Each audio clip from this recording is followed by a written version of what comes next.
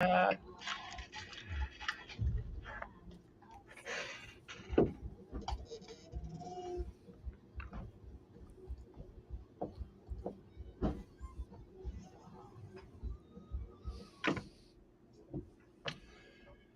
off we go, ladies and gentlemen. Welcome in.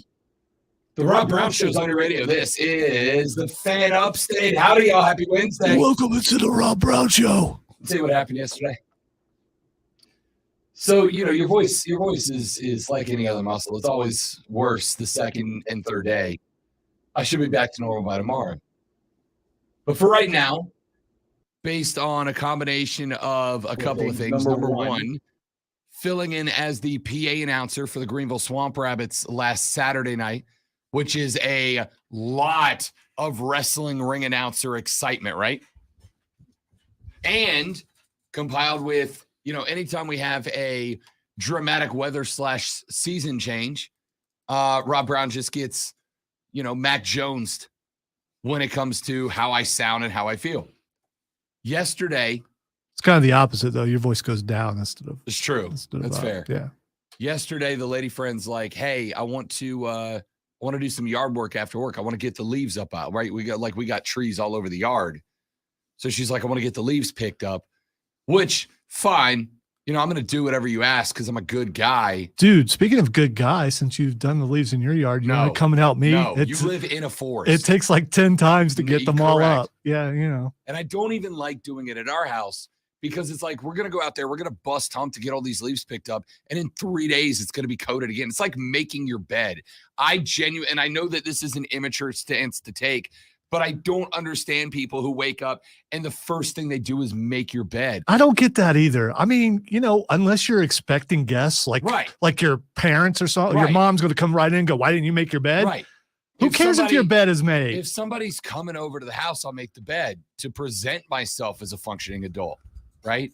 But if I know the next person who's going to see my bed is me when I get in it, I'm not going to make it.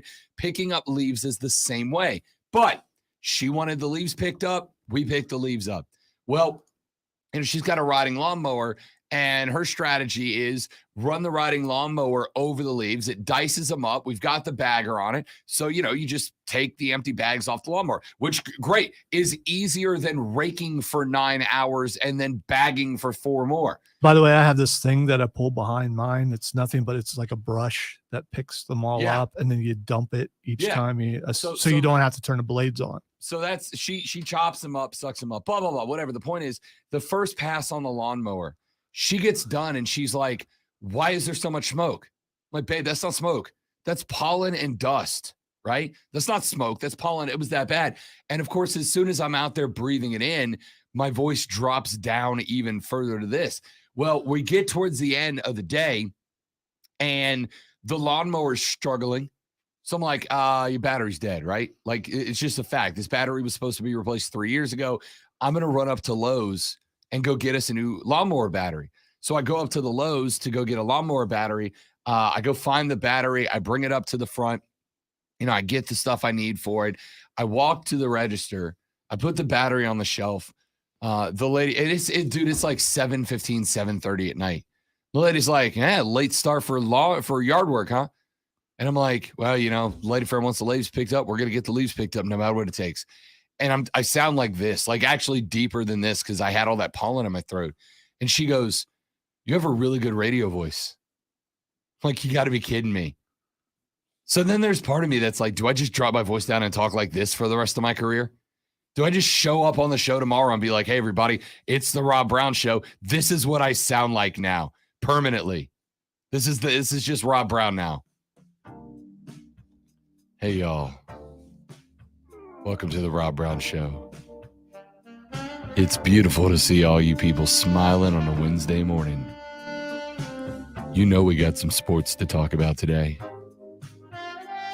Coming up on the show, I'm going to ask you, is my disdain for Jimbo Fisher warranted? Or am I just jealous?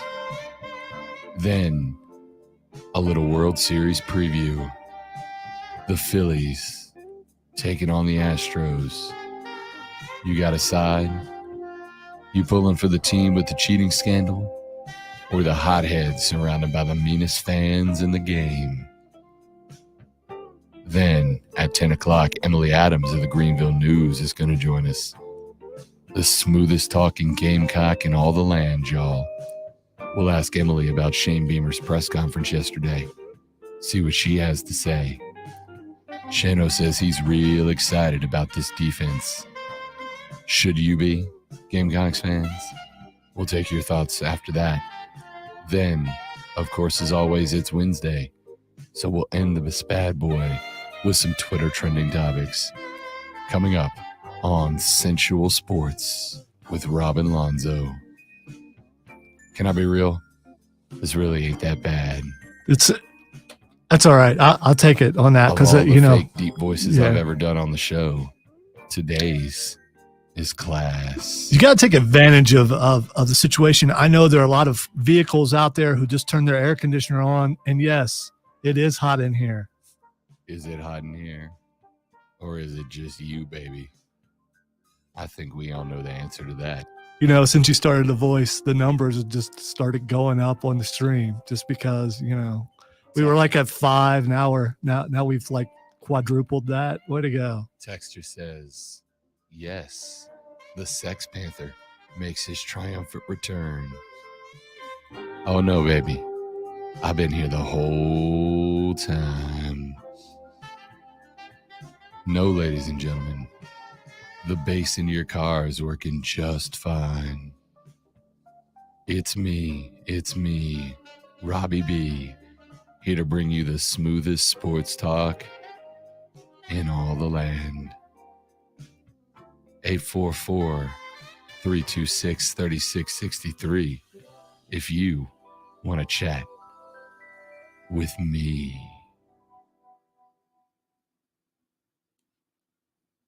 Nice. I'm actually kind of proud of that. Nice pause. I'm actually kind of proud of that. I enjoyed the pause. That one actually sounded pretty good. It did. It worked. It worked out well. I've been in that Lowe's for all of us. I've been in that Lowe's 300 times since I moved here. 300 times I've gone to that Lowe's, and Lonzo will tell you, like I'm nice to any and everybody, right? I am nice. I will have a conversation with anybody. You say something to me, I'm talking back. No problem. I'm not that guy that's like, hey, you getting a new lawnmower battery, right? Yep. Like, no, like, yeah, I'm going to tell you what I'm doing. If you care, whatever, that's fine. 300 times as a radio host, I've been in that Lowe's. The one time that somebody goes, you got a good radio voice, is when I sound like this. Awesome. I don't know why you're complaining. I mean, she felt some kind of way because of your voice, dude. Because by tomorrow, yeah, Daddy ain't gonna sound like this no more.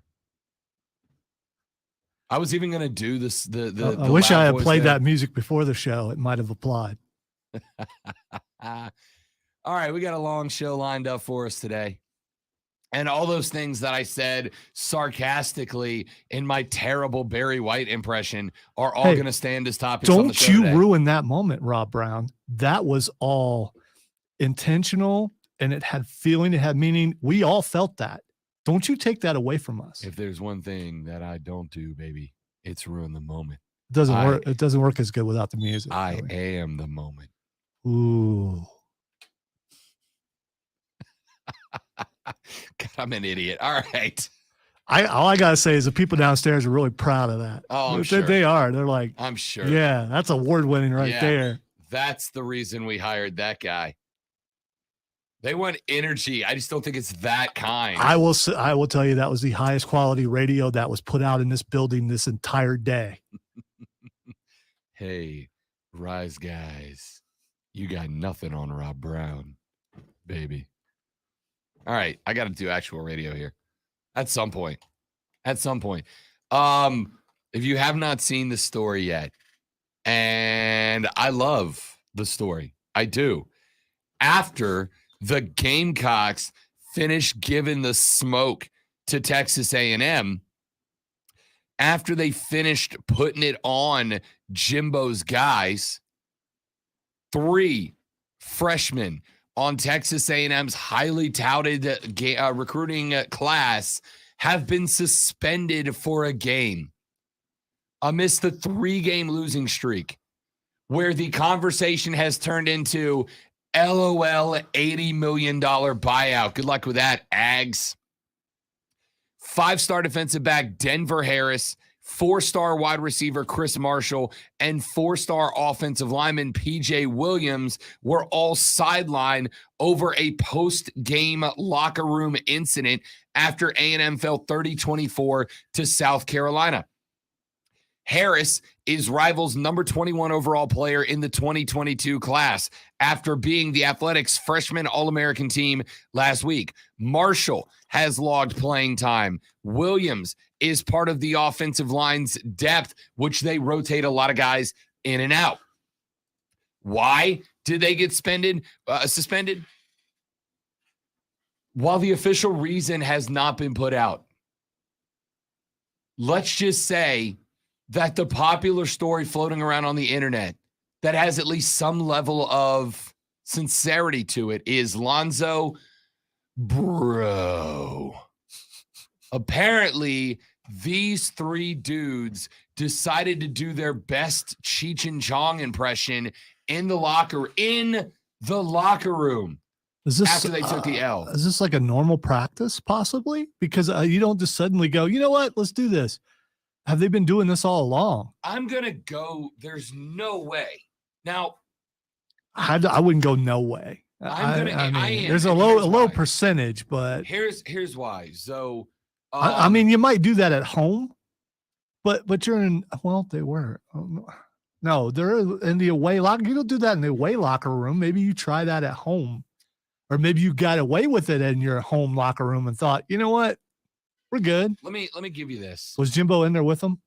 I am going to ask you, Lonzo, have you been around the ganja, other people smoking it in the past? I told you what neighborhood that I come from. Yeah. You can't. Mean, there was a dealer across the street. All right. I mean, yes. Here's the thing about the ganja. Regardless of the quality of the ganja, it leaves a potent odor. I'm aware of the smell. I'm aware of all the after effects and all that kind of stuff. Yeah. Yes. It leaves an odor. It wafts for a while. My stepdad tried to cover up the smell with a fire extinguisher to my face so I wouldn't smell it. So yeah, I'm aware of how that. Yeah, same dude. Yeah. Wow. Yeah. All right. So I'm aware, and I will also tell you that a fire extinguisher does not mask that smell. No, I'm sure I can tell you firsthand. I'm sure it doesn't. So it leaves a particular odor in the air, and that odor is not easily dismissed, right? Which is why a policeman sitting there and a car goes by can smell it and actually, pull someone over. I know that there have been situations where, it's been utilized as an excuse to perform a search on a vehicle before that's suspicious. I also know that if you walk by a car where somebody's been sparking, you can tell. All right. Do I think there are some people who utilize it as an excuse? Yeah. But when you walk by a car, it's pretty easy to tell if somebody has been ripping inside of the vehicle. I'm learning all kinds of words here. I'm not sure if you're making those up or if that's really what they call it. Lingo, buddy. Okay, all right. The good news for you is you've got a millennial sitting over here. I will teach you the ways of the younger tribe. I don't. The signs are to smell, but if I hear someone talking about doing that sort of thing, now I know what they're doing. So, the reason I'm going to say this can't have been a common practice is because after games, if they were sparking it up in the locker room and any intrepid young reporter with a social media handle was to walk by and get a whiff of the lettuce, you and I both, you asked me, what was it, yesterday? You were like, hey, if you saw 2 refs catching an autograph from a player, would you tweet it? And I said, yeah. Absolutely, I would, right? It is a story, as has now become evident. It is a story, which, by the way, we do have a follow-up on that, and I'll get to in a few minutes. But those are the types of stories that change the trajectory of a program, but they can also change your career. Is it snitching? I don't know. That's everybody's different subjective opinion. But you know what? I disagree with you on this because college is different than the pros. The referees that are in trouble for the other thing, that was a pro game. college media, I believe, would turn their nose the other way. I don't. Because of lost access. I do. If it's just the local media, I think they might turn their nose away. I would disagree, because you can lose access to an NFL team as well. We've seen it happen, right? Reporter asked the wrong question, the wrong the wrong coach, the wrong question on the wrong day. It's not the same though. It's not. I get what you're saying, but I just walked by the locker room and there's whiffs of the lettuce coming out of the locker room right now. Is kind of a big deal, right? Now, as I've said on the show, I don't care if college students smoke pot. I don't care. I don't care if you smoke pot. I don't care. It's not for me, but I don't care if you smoke pot. If it's illegal in the place that you live, I do care, because you're breaking the law. Right. Stop it. I think the laws in that case are bad and should be changed. But until they are, the law's the law. Until they are, you got to understand the situation you're playing in. I don't care if people smoke pot. It does not bother me. But if I rolled up into the studio and somebody in the office was blazing up, I'd recognize we got a problem, right? That's an issue. We can't have it. If a reporter was rolling by and smelled ganja coming out of the locker room, yes, that would be a story, right? Especially in a situation where Texas A&M is right now, where they're struggling, where they're on a 3-game loss, where they've got all their questions about their head coach, a guy that I tried to warn them was a fraud from the beginning, but here we are, and I'll come to that in a minute. But it would be sent out. So I would like to imagine that these cats haven't been doing it in the past, because it would be out there. But even if they have, that makes it worse. That makes it worse. Do they have an NIL deal with CBD or something like that? I'm just curious. Listen, I could give you a list of states where I suspect CBD and pot is legal. Texas ain't on that list, buddy. And we know South Carolina's not, right? So of the spots that these guys played, neither one of them are a spot where they could get hooked with an NIL from Cheech and Chong. It can't happen. Right? It can't happen. So, the thing here is, while I don't personally care if these guys are doing it, at the same time, as Lonzo said, it's a pretty egregious violation of, if nothing else, state law in Texas and in South Carolina. And you just got beat by Beamer's boys, a game that you were an overwhelming road favorite. You went in and you got chumped. Probably not the best look, as we talked about yesterday, to go from getting chumped to getting chiefed just like that, right? It's not a great look. And it's exactly the type of look that Jimbo Fisher wants to avoid right now, and he can't do it. So my question for you guys becomes, have you come around, and do you care that Jimbo Fisher's a fraud who doesn't have control over his program, right? Jimbo Fisher is a fraud. I have been telling you from the beginning. Well, not you, because he was already at A&M when I got here. But when I was in the Panhandle and A&M was looking at putting buku dinero onto Jimbo Fisher to become their HC, I'm like, dude, the guy's a fraud. If it wasn't for Jameis Winston, if it wasn't for the 2013 Jameis Winston, who was exceptionally good, Jimbo Fisher would not have a natty, right? That team was good because of Jameis, because of Kelvin Benjamin. That's why that team was good. Jimbo Fisher's a fraud. He always has been. And now that he's at A&M, he is putting it on full display for the world to see. A&M's not good. They got hyped as back because everybody went, hey, it's Jimbo. It's Jimbo. They're going to be just fine. It's Jimbo. Jimbo's got this. Jimbo's the guy. Jimbo's in good shape, right? But no. But no, that's not the case. So anyway, I enjoyed it. I enjoyed that little story breaking yesterday. I enjoyed that the watching this program, if you'll pardon the expression, go up in smoke. Maybe literally.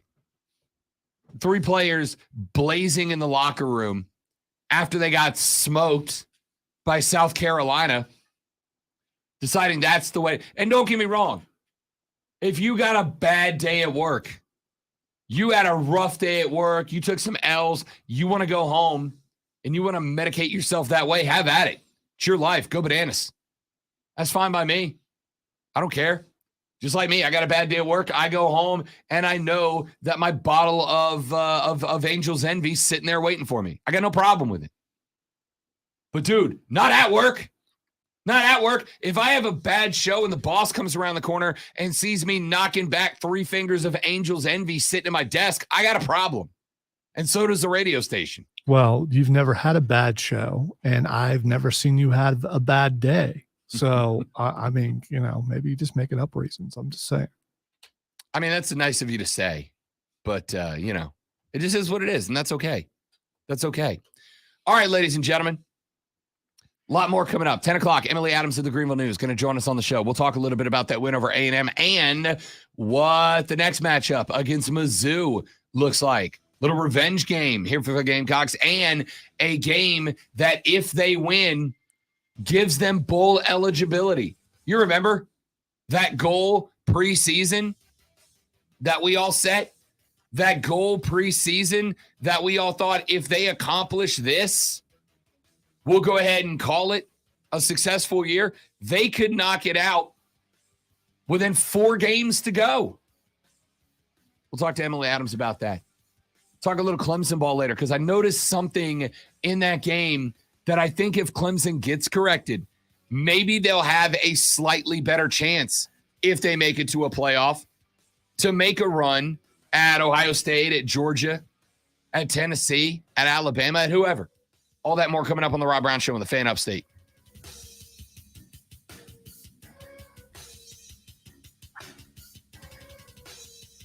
All right, guys, got a live read. Be right back.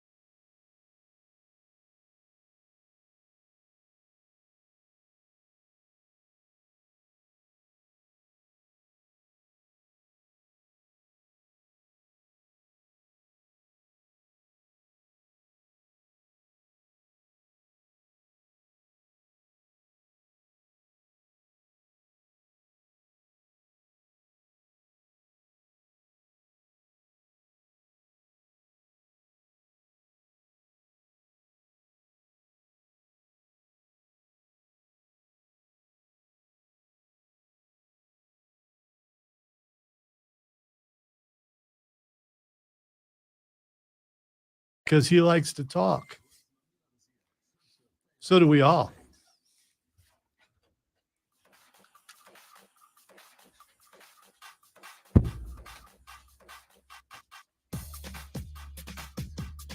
The Rob Brown Show rolls on. This is the Fan Upstate. Welcome back, ladies and gentlemen. I am Rob Brown. The great one, Lonzo, is at the helm today. You want to be a part of the show, you can do it. 844-FAN-PHONE, 844-FANFONE, 844-326-3663 is the number. There is a little bit, tiny bit, mediocre bit of Charlotte, of smoke coming out of Charlotte right now. No, it's not the same smoke as the Texas A&M locker room. Different kind of smoke. Okay. All right. Rumor smoke. Uh-oh. Trade rumors? Rumor smoke. There is discussion that there are 2 to 3 teams in the National Football League that are making trade talks, trade calls to other teams about available wide receivers, looking around for a WR that they can add to their roster and might be willing to part with a little bit of draft capital in order to make that play. One of those teams is the Green Bay Packers. You're kind of in an interesting spot because you have kind of hit the part now. Where you've got contenders or pretenders who think they're contenders that are ready to start making pushes, trying to build their team up into a competitive one. Like, for instance, the Green Bay Packers, a team that Aaron Rodgers asked on the sideline, what the bleep are we doing? That's how bad things were going. And who'd they lose to this weekend? The Washington Commanders. Bum, bum, bum, bum, bum, bum, bum. So they get beat by the Commanders. Aaron Rodgers asked, what the bleep are we doing? And they're trying to pull their lives together. Well, one of the pieces that a lot of folks have said they need, because Lazard just hasn't been the right guy, or at least without any help, is another wide receiver. And there is talk right now. There is talk right now about Terrence Marshall Jr. potentially being on the block as one of those guys, which I got to be honest, I don't have a problem with, right? I don't have a problem with. Terrence Marshall Jr. is threatening bust territory right now. 23 catches, 199 yards, numerous injuries. Guy has been generally mediocre since he showed up. But TMJ also is a dude that possesses capability, possibility. He has got elite athleticism.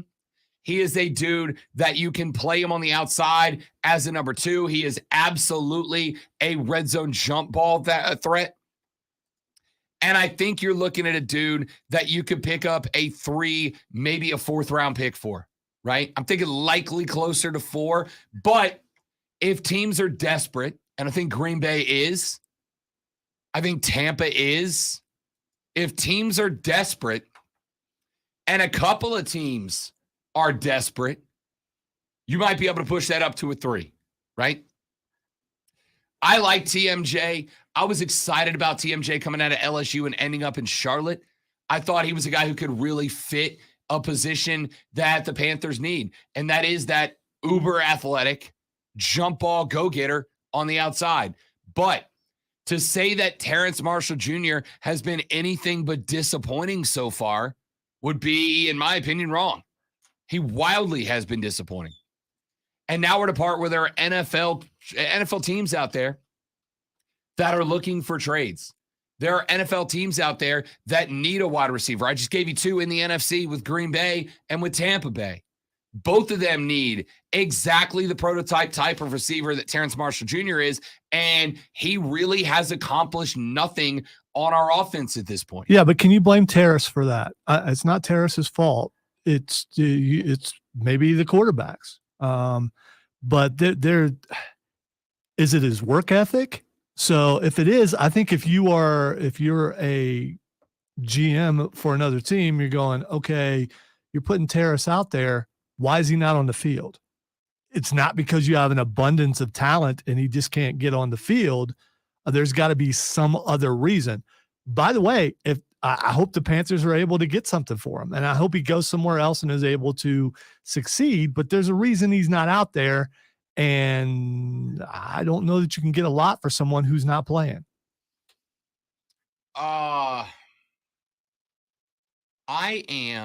You kind of find yourself in a spot with Carolina right now where I think it's easy to chirp about the receivers, right? And I think we have been. We were chirping about Robbie. We were chirping about DJ. Nothing Robbie Anderson proved in his final game with the Panthers that part of it was on him being a hothead. Yeah, he did his own chirping. Yeah. DJ, not so much, right? Change up the offense. Don't make it so 22 reliant. Be willing to trust the quarterback. DJ comes up with 7 grabs, threatens 70 yards and a touch. Laviska Shenault came over from Jacksonville. He had a stellar game against New Orleans. Granted, we haven't really seen a lot since him due to injury. Yeah, he immediately got hurt. Yeah, but he showed you what he can do as kind of a utility wide receiver. TMJ, even Shy, right? Like Shy. Now, granted, Shy's last game was a massive disappointment. Needs to catch the ball is what he needs to do. Massive disappointment. On the opening drive, he just dropped a screen that was set up beautifully for a long run. And I don't think he had another catch after that, did he? I don't even know if he had another target after that. But we've also seen what Shy can be as a special teamer. We've seen that he's got the potential there. TMJ, I don't see it, right? Like, even if the quarterback's bad, I want to be angry at the quarterback because there are guys getting open and the QB's not finding them. That's not TMJ right now. That's not Marshall. I think right now you maybe get a fourth if you can get 2 or 3 teams bidding against each other to get them. Maybe. Best case scenario, you'll pop them up to a third. I think probably a fourth, maybe fifth is most reasonable. Or your other option is you get the guy more reps, right? You get him more reps under what the Panthers have turned into. Now, as I've said a couple of times, you have won 2 games. One of them against a very bad New Orleans team, and one of them against a Tampa team that is nowhere near what we thought Tampa Bay was going to be, right? So, you know, I said yesterday on the Views from Minstrel podcast, available where major podcasts are found. Spotify, Stitcher, Apple iTunes, Google Play, or free on the Odyssey app. Lonzo and I dropped another episode. We did drop that episode at midnight last night. That episode went hot. And I said in that episode that we've got to keep some levity here. Do I want to play to win the division? Hell yeah, I do. The division's bad. We might as well try to win it, right? Let's try to hang a banner. Sure. On the flip side, the minute Tampa Bay pulls 2 games ahead of us, shut it down, right? There's no need. Shut it down. If you want to hear that argument. I don't think Tampa Bay would be the team. It's going to be Atlanta. I don't. Tampa Bay is done. I think Atlanta came out hot. I think Atlanta showed their hand. At some point, Atlanta's going to Atlanta. That's what they do, right? Tampa Bay looks really bad right now. At some point, if one of those teams is going to get it together to start building a lead, it's Tampa. And like I said yesterday, and I'm going to be called a homer for this, and that's okay, but watch out for the Saints if the Saints ever get healthy, right? If they get healthy, that could be a good team. Michael Thomas has played in what? 1 game? 2 games? Jarvis Landry's been out for 2 weeks. They are literally running special teams wide receivers as starters right now.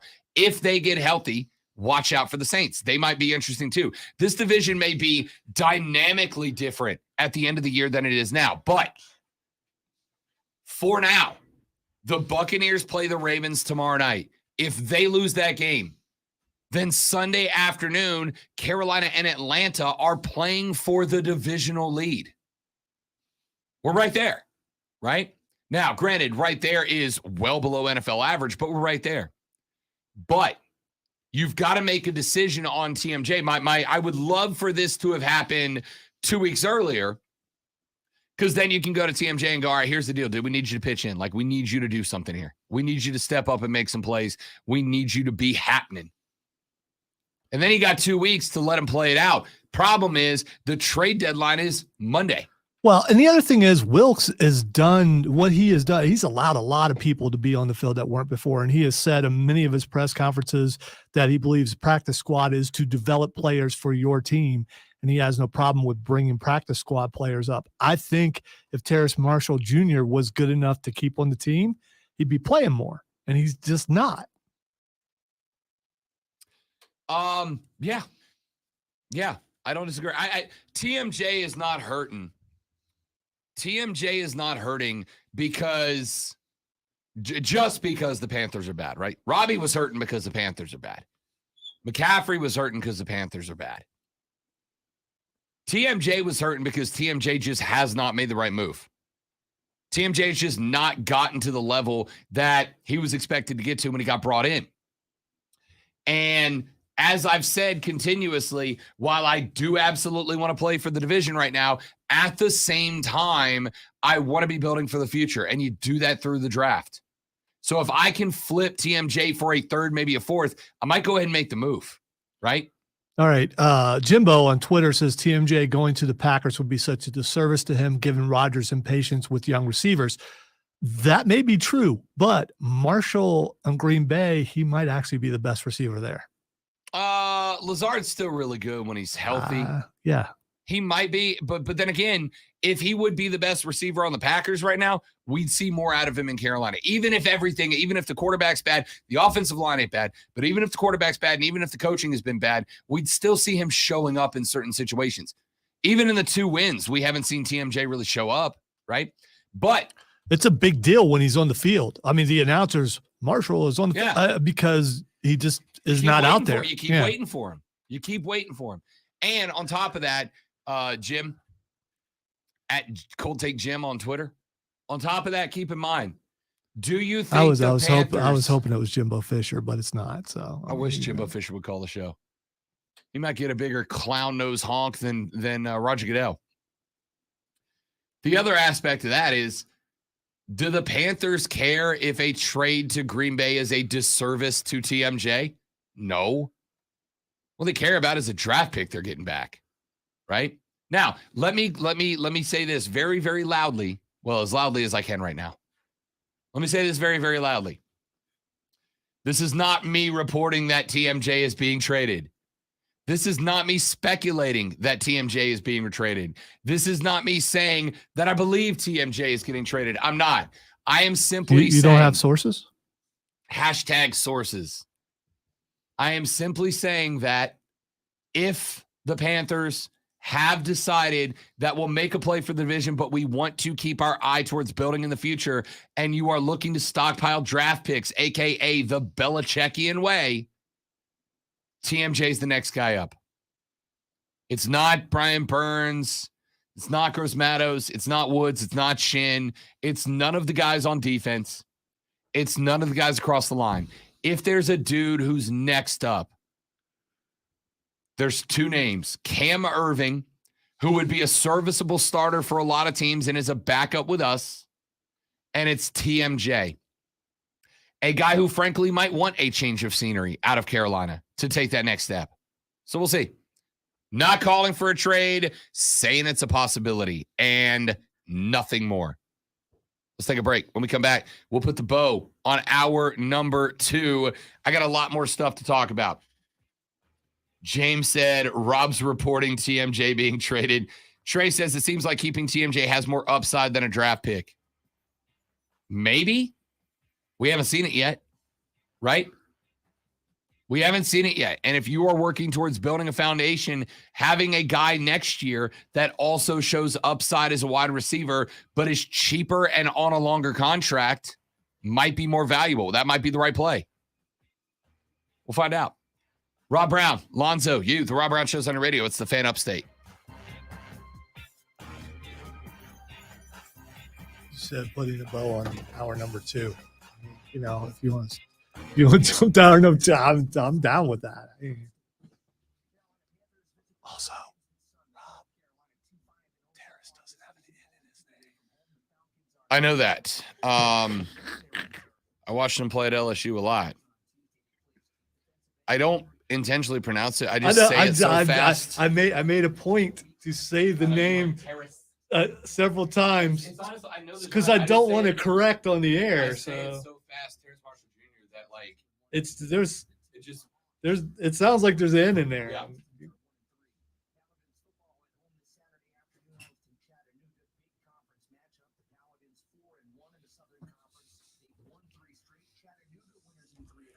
Can you really correct someone tactfully? I don't think you can, and I'm not trying to correct. I'm trying to help.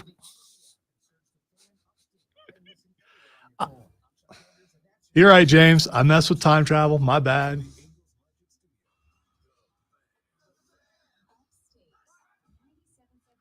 We can pretend like we're finishing up hour number 2 and tell you what an amazing hour number 2 you missed was.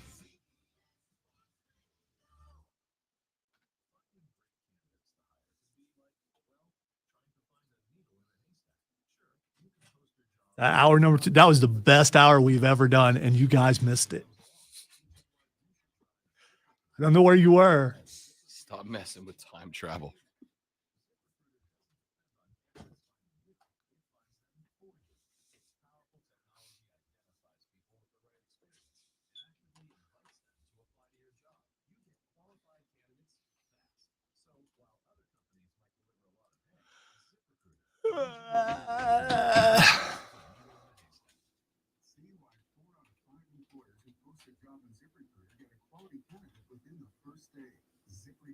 The smartest way to hire. And right now you can try ZipRecruiter for free. That's right, free at ZipRecruiter.com/radio. Why don't you just catch on fire, computer? Why don't you do that? I've always wondered how the sprinkler systems work. So, I mean, you know, I really don't want the computer to catch on fire. There's some days you do. Well, I just thought by threatening it would work better.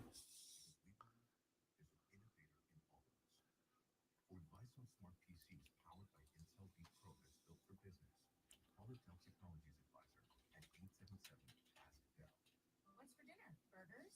After last week, no thanks. Avoiding foods due to fear of diarrhea, gas, bloating, stomach pain, or loose oily stools? It may not be just stomach issues. It could be EPI, or exocrine pancreatic insufficiency. EPI can cause uncomfortable symptoms because it's a condition where the pancreas doesn't release enough digestive. Hey, Texas A&M is trending. Wonder why. EPI can be in. Use the symptom checker. People are really high on the Aggies right now. Talk to the doctor about your symptoms. That's identifyepi.com. Sponsored by Hudson. This is Dan Scott. Furman takes on Chattanooga for homecoming at Paladin Stadium in a battle for the top of the SoCon on Saturday. Pregame begins at 12:30 here every Fan Upstate 97.7 Greenville, 97.1 FM Spartanburg, and everywhere on the free Odyssey app. The City Steak Company for AmericanEagle.com success story. 30 minutes. And Butcher Shop is their own leading distributor. All American steaks delivered right to your door, free for the grill and your cake. They chose AmericanEagle.com to take their website to the next level. With a dramatic increase in competition and a softening market demand, they had 2 challenges: improve their brand presence and message and produce a positive return. AmericanEagle.com got to work and executed usability studies and detailed audits of site experience, digital assets, and marketing. With results, an integrated digital marketing and customer experience plan, organic traffic increase, and Way to go, Stacks. a long-term roadmap for success.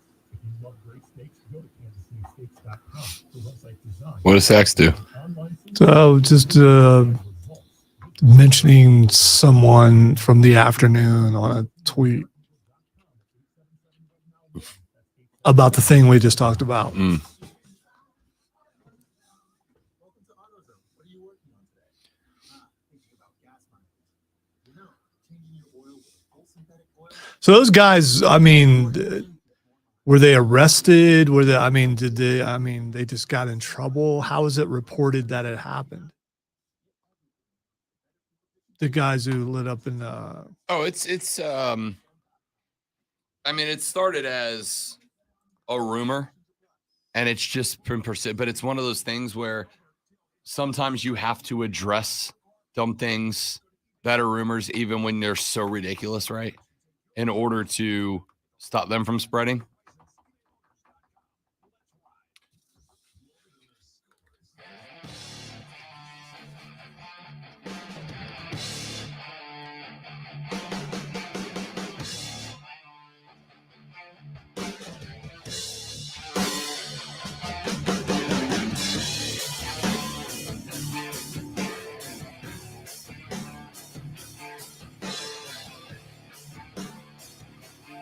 Lonzo, can you do me a huge favor?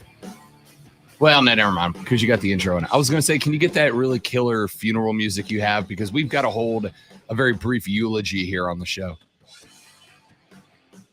We've got to put something to bed. I'm trying to figure out what funeral. You mean the violins? No, I like the funeral music from the Boobox Bets, which, by the way. Yeah, but I don't have the music separate. Yeah, no, I know. That's what I Yeah. realized that afterwards. Yeah. We have to put the word of to bed, ladies and gentlemen. We've got to put the word of to bed because the U of SC es no mas. The University of South Carolina rolled out some new branding yesterday. And the university is putting to bed the U of SC logo mark that went into effect in 2019. Why would they do that? I'm sure it's sold really well. I have never seen people so mad at a word as Carolina fans were at the mad of, or at the word of. Rest in peace, of. You are not welcome here anymore. You are banned, of. They're just USC again. No more U of SC. I'm sure that Clemson fans everywhere will most certainly cease referring to you as U of SC and go back to what your branding and marketing campaign is. You are just USC now. Should we send an email to the people on the other show, live show on the station? Because we don't want them to be wrong. Because it's a bad reflection on the entire station. So it might take them a few tries to not say the of thing because they're really into that. The changes will go into effect January 4th, 2023, with some changes taking place immediately, according to the website, Lonzo, sc.edu/U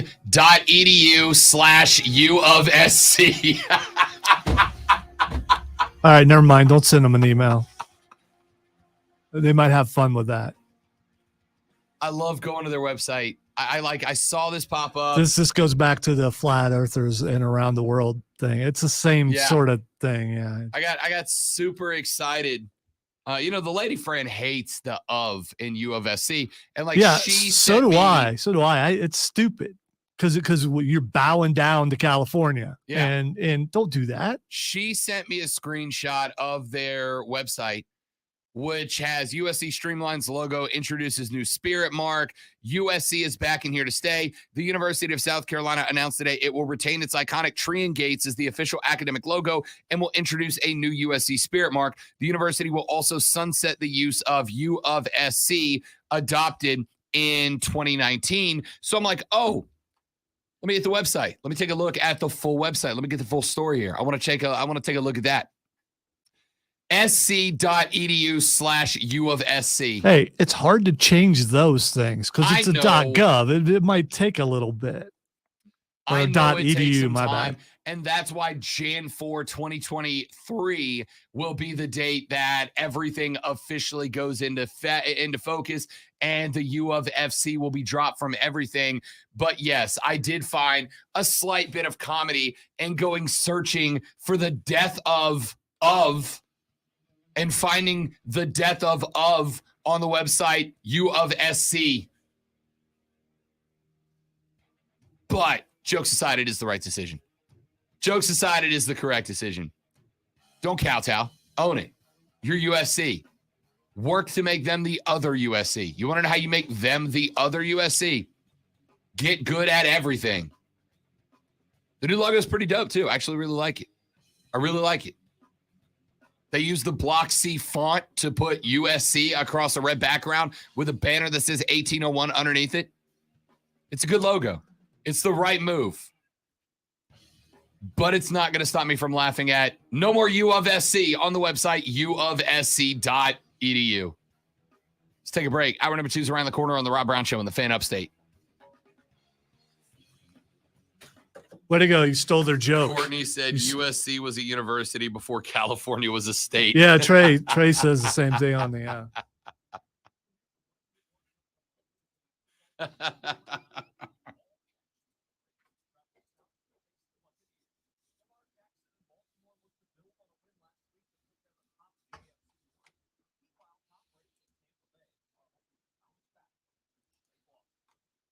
Hope they don't. Could Tom lose 3 straight?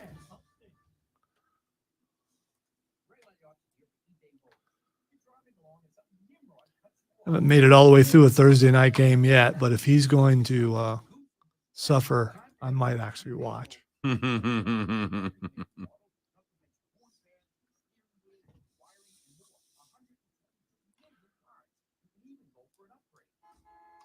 Hey, you need to give me a phone number? Oh, yeah, I guess I should do that. Grab back, stream. Got to hand over a phone number.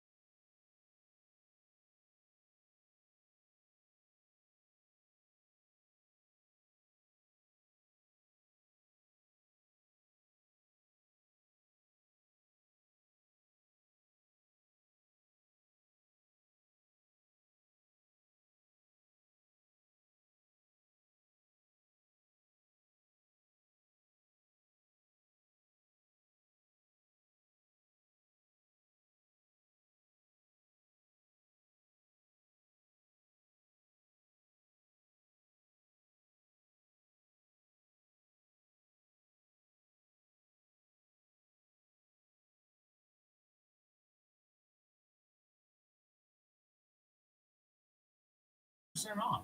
That's right. Get generic for Viagra. The same active ingredient as brand name Viagra, but 90% cheaper. It's the same medication you get from your doctor, but with zero copay, no expensive appointments, and no awkward face-to-face conversations. Results are guaranteed or your money back. To start your free And like magic, Rob is gone. Where did he go?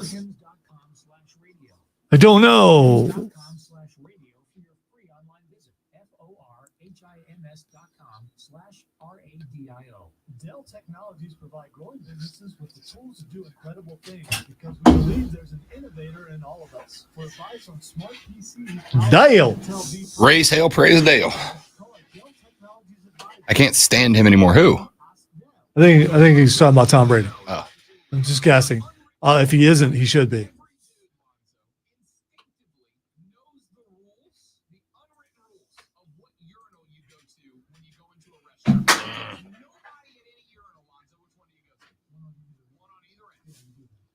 I know I need to make that phone call, but I also need to do math, which is not working today.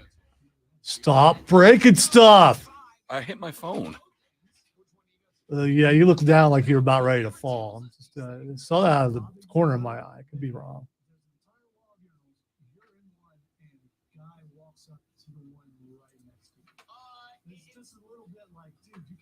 I was right.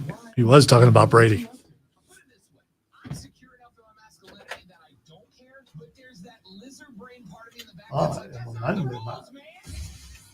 Show, new time. Trey, I would go with you to that, to be honest with you. I would absolutely go with you to that.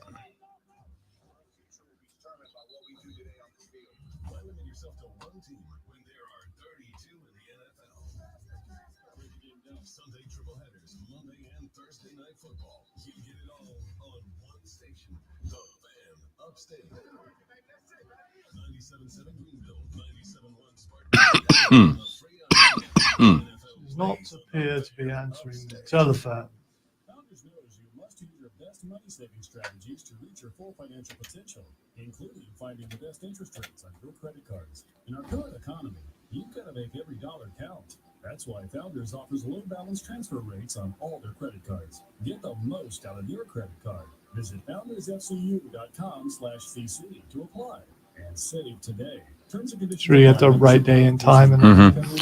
Yeah, but I know sometimes she gets press conferences stuff that pop up, so she may need to push it back.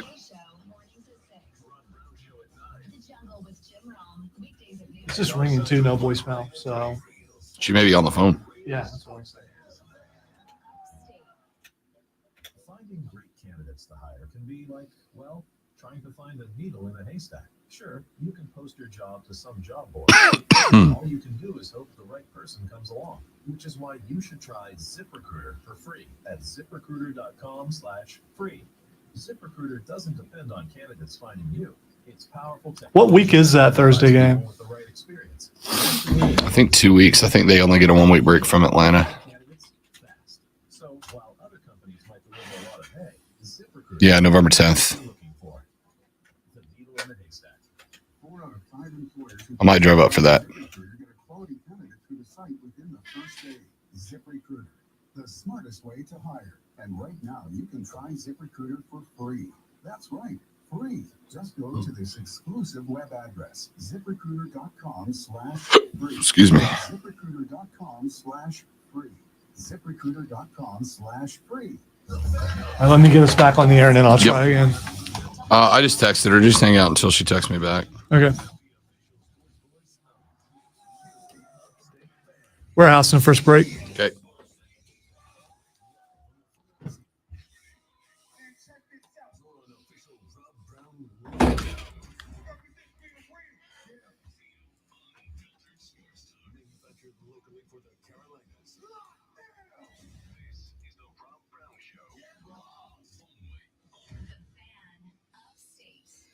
Do we add him to the stream? Do we add him to the stream? I don't know what he's doing. I don't know if either. I don't know if it's an accident or if he's just trying to see, how amazing this program is. Because he's just sitting there. He could have accidentally clicked the button. So no, take him down. Seriously, I don't know, man. take him down. Y'all look, there's Look, he's laughing. So he's definitely hearing. You don't want there's to the do boss. that. Yeah. the Don't- boss checking in. Don't do that. Which means we're either doing something very right or very wrong. I'm not sure which one is what yet.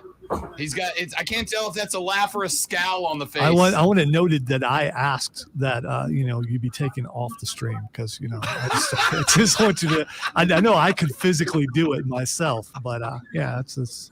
All right. All Well, right. So you ever want to do we know? want to invite him on the air? Does he you ever want to want come on and talk? He doesn't have a microphone in there. Yes, he does. We do his Zooms from the meetings all the time.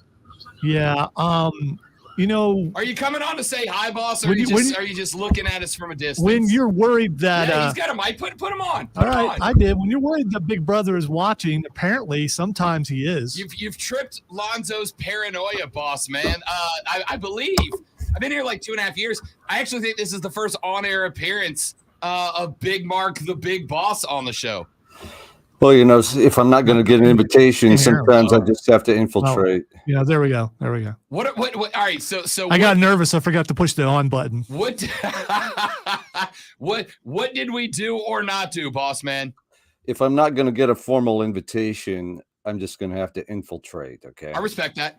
That. It's the right way to handle it. Mark Hendricks is the big boss of this particular, of a number of stations, but this one that I care about very much, who joins us here on the show. We don't know why. I just saw him pop up on the stream and figured we'd see what happened here. Don't act like he's never been on the air. He's award winning. He's been all over the place. Oh, where? But not on this show.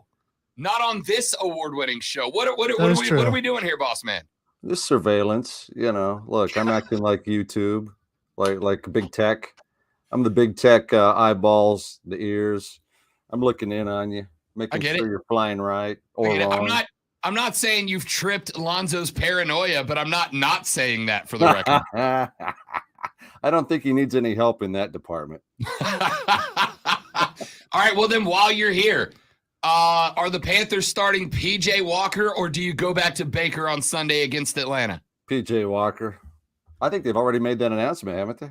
All right, what are you looking at me for? The thing is, PJ Walker, number 4 quarterback, only on the team because of injury.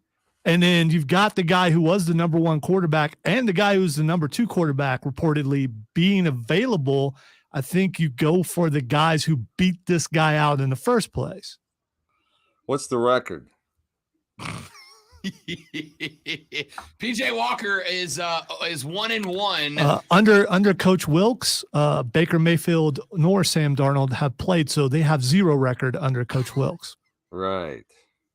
And who thought they would beat Tampa Bay Sunday? Not me. I took Nobody. Tampa Bay Nobody. minus 13 in that game. Nobody. I'm glad about it. I love to see Tom Brady suffer in every way, but no. You'll see PJ Walker under center. See? We'll start the game. We'll see how it plays out. That's it. That's my prognostication as I look in over the top of what you guys are doing. So thanks for this opportunity. It's been quite stimulating. All right. In other words, take him down. Yeah, I know. So the other thing is, just because he's a boss doesn't mean I agree with him, and I don't, because I do that sometimes, disagree, and no, I don't think PJ Walker should be the starter. All right, now he probably will be. Now the real question, while I annoy him by keeping him on the stream, now the real question: what the hell is Iowa's offense right now? What is going on with your boy Kirk?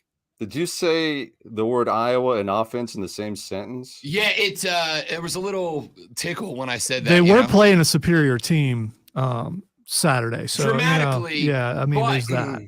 Yeah, big time. Yeah, like there's no offense. There's a lot of problems there. Defense is stellar, but that can only hold up so long when you have no offense to control the football. So, how much of a problem do you have with that being the case when your head coach has his son as the OC and has repeatedly said that he refuses to evaluate that position until the season's over? I think that's a big problem. I mean, it's the here and now. The season is sailing, and the direction is south, and that's the wrong direction in the case of the Iowa Hawkeyes. So they have a lot of work to do. Nepotism, usually not a good thing. And Kirk Ferentz, like he's been very successful at the University of Iowa. His track record speaks for itself. But this season and what's going on with his son as the offensive coordinator is not looking good for the Iowa Hawkeyes. Okay, good enough for me. I needed the thoughts of the Hawkeye on the Hawkeyes. I will let you go back to big brothering from the dark now if you want. Yeah. Please, I'll go back to my shadows. Thank you. Perfectly. Good enough. There you go. The big boss dropping in on us. Yeah, but he's still there. No, I know. He's still there. Why is he still there? You know what it was? I used my deep voice earlier. And I better see what the hell's going on. Yeah, what in the world is it? The numbers shot up all of a sudden. Like, wow, how can we recreate that? And you can't, because no one can do that voice like you. Do we bring back the sexy music, try it again, and see if the numbers get back up? He does have a radio in his office. He probably heard that. We could test it. I mean, but I think you keep the sexy to one segment, because if you go too sexy, then what do you do? No such thing as too sexy. All right, ladies and gentlemen, a couple more things we need to get into. I noticed something about the Clemson offense in this game and we're waiting on, by the way, Emily Adams. I have not heard back from Emily. We will hopefully have her joining us very shortly from the Greenville News to break down South Carolina. But while we wait, something I noticed about Clemson's offense that, I think in certain spots can be really good, in certain spots it can be really bad. And that is stubbornness, right? There was a certain stubbornness to the Clemson offense that I think it can be good on a football field, but I think there are spots that can get you in trouble. And this one particular instance that I'm referring to is the refusal to get away from that mesh read option that they continued to try to force against Syracuse throughout that game on Saturday, right? The mesh read option that they tried to force against Syracuse was just bad. It was just bad. And I don't know if it's because DJ was having a problem making the read. I don't know if it was because Syracuse was so uber aggressive off the end that they were blowing up the play before it got there. But remember, the mesh read option was the play that DJ Uiagalelei ended up fumbling that football on that got picked up and housed from 98 yards out by the Orange defense. And that was a 14-point swing in the game, right? I was watching the live betting lines. BetQL asked me to host a chat for them on the BetQL app, which I will be doing again next Monday during the Saints-Ravens Monday Night Football game. I'll be hosting another chat on the BetQL app. Pick that app up and join me. It's like I want you to think old AOL chat room style. Is it a free app? Yeah, the BetQL is a free app. Okay. BetQL app is free. There are levels of subscription you can go to if you want, but it will give you a lot of good basic information for Would free. we be able to see you on the free portion? It is literally an old school AOL chat, even the premium one. It's an AOL okay. chat. All right. It's a chat room effectively. But it's really good because it's a lot of people coming in there and talking about the bets they've made and taken, talking about the game itself. So I am going to be hosting the one for the Saints Ravens on Monday. Well, I'm looking at the bet lines during that game. Clemson opened that game as a 13-point favorite. Syracuse on their first drive got the ball, took it the length of the field, were unable to house it, ended up going forward on fourth and coming up short. And that line grew as high as Clemson by 17, I think. Then the fumble return for a touchdown happened, and Clemson's line went down to like -3, right? A 16-point swing on one play. When that fumble got housed by the Orange, Clemson ended up going as an underdog in that game. I bet Clemson 3 times in that game. I took him before the game started at -13. I took him for double that amount at -2.5. And then I took him again when they went to plus money, just betting they would ultimately win the game. 2 of those 3 hit. And it walked me out to like 25% of 1 unit profit. It was not great. But came out ahead. That's all you can ask for. Anyway, back to the mesh read option. I don't know if it was because Clemson's defense was super aggressive off the end. I don't know if it's because their defensive ends were playing the read exceptionally well, right? The way that play is designed to work. The quarterback puts the ball into the gut of the running back. And the way you run it with Clemson is if you've got a running back, you trust to run the ball. And they obviously do and should trust DJ Uiagalelei to run the ball. You put the ball into the gut of the running back. Your eyes go up to the defensive end. The defensive end, at that point, has to make a decision. He can do one of 2 things. He can either attack the running back who has the ball in his gut, or he can hold his spot and try to prevent quarterback from breaking contain. And the decision has to get made based on what that DN does. If the D end attacks the running back, DJ pulls the ball back out and goes around the defensive end, turns it up the field inside the outside defensive back. If the defensive end does not attack the running back and plays straight up the field to keep DJ contained, then he hand it off to the running back. The running back cuts up inside the defensive end. That's the way the play is designed to work. For whatever reason, the option was taking too long for DJ Uiagalelei. The read and the action was taking too long, right? He put the ball in the gut, and then he was staying there, riding the ball with the running back for 1 foot, 2 feet up the field. And the problem is, the more you ride the ball in the gut of the running back, the closer he obviously is going to get to the defensive end. The closer he is to the defensive end, the better chance the DN has to jump up in there and get you both, or at least slow up the quarterback enough that if you do pull it late to try to get around the outside, you've had a linebacker able to read the option, scrape off over the top of the defensive end, and then he becomes the contain breaker, and now you've got nowhere to go with the ball. And so DJ taking the snap, putting it into the gut of the running back, and riding him for a yard up the field was creating turmoil because the defensive end was able to do just that. Was this fumble? Was this before or after the injury? Because if the injury was going on while this was happening, think about it. He's got another guy. He's putting his hand up against the running back, and he's probably concerned about being able to hold on to the ball and have enough strength to pull it out of there. Let's say that's a factor. Now, I don't know how bad DJ's hand was jacked. We saw the image of it after. It didn't look good, but I don't know how bad it was, right? But let's say that is a factor. If that is a factor, and I don't think the fumble, I think the fumble was around the same time, so I don't remember if it was before or after. I'll have to go back and watch the game again.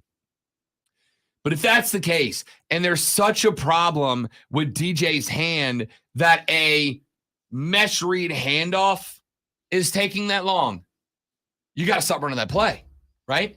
I agree. And if you've ever had a hurt hand before, which I think we all have, you don't have the strength that you would normally have. And that requires to sell it, the strength to pull that ball back out. And you also have to be certain that you're not going to fumble it. And we see what happened. And that's kind of the spot for me, right? And that's exactly what I started the segment off with was stubbornness can be a good quality, right? It can also be a detriment. It can also be negative. And I think by continuing to try to force that play, they had an issue with Cade too, right? Cade ended up losing big yardage because he did the same thing on the other end of the field later in the game. They ran that mesh read where he puts the ball into the offensive running back's hands. You ride him. It's a mesh read because the reason they would call it a mesh in this spot is because you basically have two players who are both carrying the football at that point, right? They're both carrying the football until the quarterback decides which one of them is going to finish it. It's obviously not a read option because if the quarterback pulls, he's running by himself off the edge. And you can, and Wake Forest does this better than anybody in the game right now. Sam Hartman is so freaking good at this. It is the reason Wake beat Florida State was that mesh option. What it allows you to do, if you run it the right way and you make the decision at the right time, is it freezes everybody on the defense, right? You're trying to freeze the defensive end or make him attack the running back, so that then the quarterback can look at the end and make his decision. But it's also designed to freeze the linebackers because what you can do out of that play, and I don't recall Clemson doing it. They may have, but I don't recall it. The other option you have out of that mesh option is to run that play as if it's going to be that. Freeze everybody, get the defensive end to crash on the running back, then the quarterback pulls the ball and takes a 3-step drop and turns it into an RPO, right? And that hesitation while he just keeps the ball in the gut of the running back and evaluates what the defense doing is where the mesh comes from. It wasn't working for Clemson. It was taking DJ too long to make the read. It took Cade too long to make the read, and they kept going back to it. And it felt like one of those situations where they saw Wake run it effectively against them. They saw Wake run it effectively against Florida State and decided that's a really interesting play style. Let's adopt a part of it, right? And every coach is going to do that. Every coach has got 3, 4, 10 plays in their playbook that they flat out stole from somebody else. That mesh run, mesh option / potential mesh RPO is a really good play, but it demands that you have a quick thinking, quickly decisive quarterback to do it. And I'm not saying DJ's not those guys, right? I'm not saying he's indecisive. I'm not saying he's not a quick thinker. I'm saying in that game, he didn't look like it. And in that game, it was giving him a problem. And I don't know if it was a recent addition to the playbook, because I don't recall seeing it all that much before that game. But that mesh option was just not working. And if it's not going to work, get away from it, right? Jeff Bowden, when he was down at Florida State, I was doing radio down in Destin, 2 hours away from Tallahassee. So obviously we had a lot of Florida State fans down there. And when Jeff Bowden was the offensive coordinator at Florida State, Jeff Bowden got me to a point where I despised the bubble screen. The words bubble screen wanted to make me, I had to puke when I heard the word bubble screen. Because there was a time when that was the play for Clemson. And you would hear that so much, especially, I believe, under Tommy Bowden. Bubble screen, bubble screen. Yeah. I hated the bubble screen. And it wasn't because Florida State ran the bubble screen. It was because they ran it so damn poorly, but they would not give up on it, right? And I understand the premise of, never give up. Go out there, practice till you get it. But, man, if you run 10 bubble screens and they blow up 9 of them, it's a net loss. Stop. Do something else, right? And that's kind of how I felt about that mesh read option that Clemson was trying to force against Syracuse this week. And I'm going to tell you, look, Syracuse's defense ain't bad. They fly to the football. They got a lot of physicality. It's a good little defense. But is it Georgia's defense? Nope. Bama's? Nope. Ohio State's? Nope. Michigan's? Nope. Right? It's good, but it ain't as physical as those.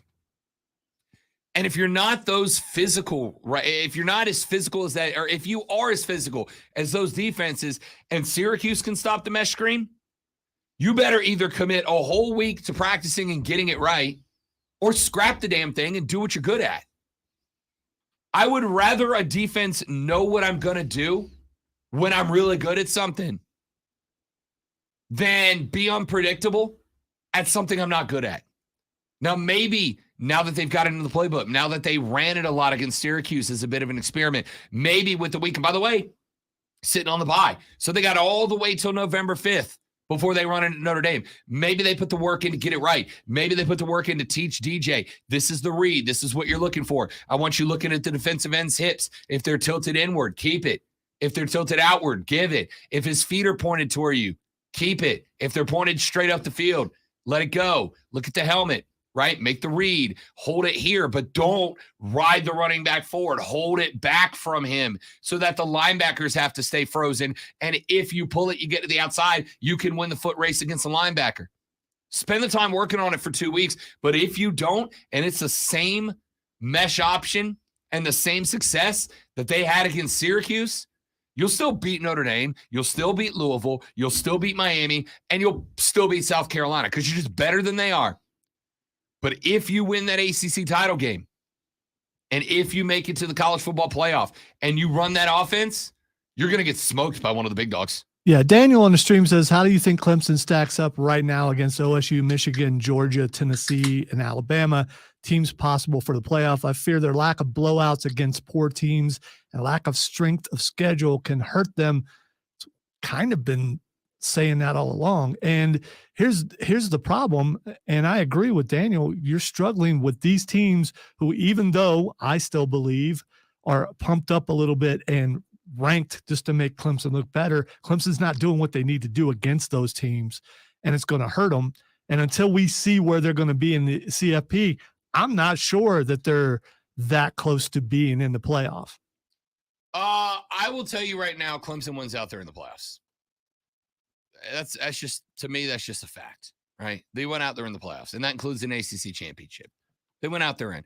Let's do this. Let's take a break because we're off on the clock. Waiting on Emily Adams, waiting for her to text me back. We may have to bump her till later in the show or maybe tomorrow. I will let you know when we hear from Emily. In the meantime, when we come back, let's talk about that. Because I don't have a problem with hypotheticals. I think hypotheticals are fun. I think they force you to think a little bit, and that's what we're all about here on the radio show. So when we come back, we will talk about that question. We'll pop through some answers possible to it. That's next. My name is Rob. He's the great Malonzo, and you're listening to the deepest voice radio show in the South, y'all. It's the Rob Brown Show on the Fan Upstate. Warehouse. Listen to that heartthrob. Got a live read, guys. Be right back.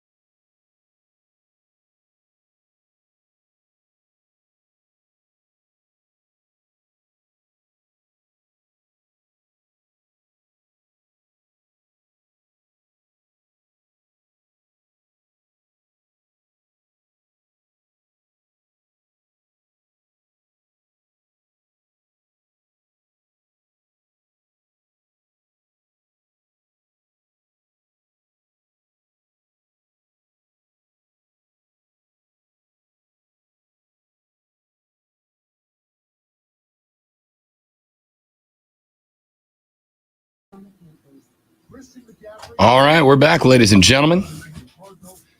James said Barry White voice equals ratings.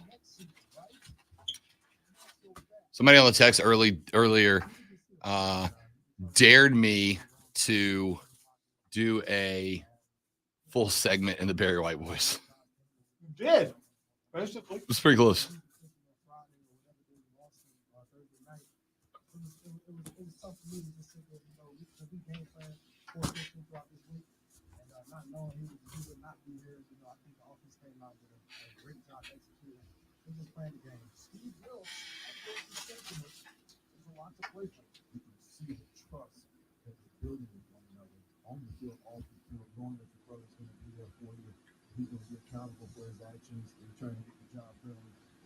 Would you be okay with your picture up on a billboard? Absolutely. I used to have my billboard. picture on a billboard in Destin. Let me see if I can find it. How's that fuel the ego? Great.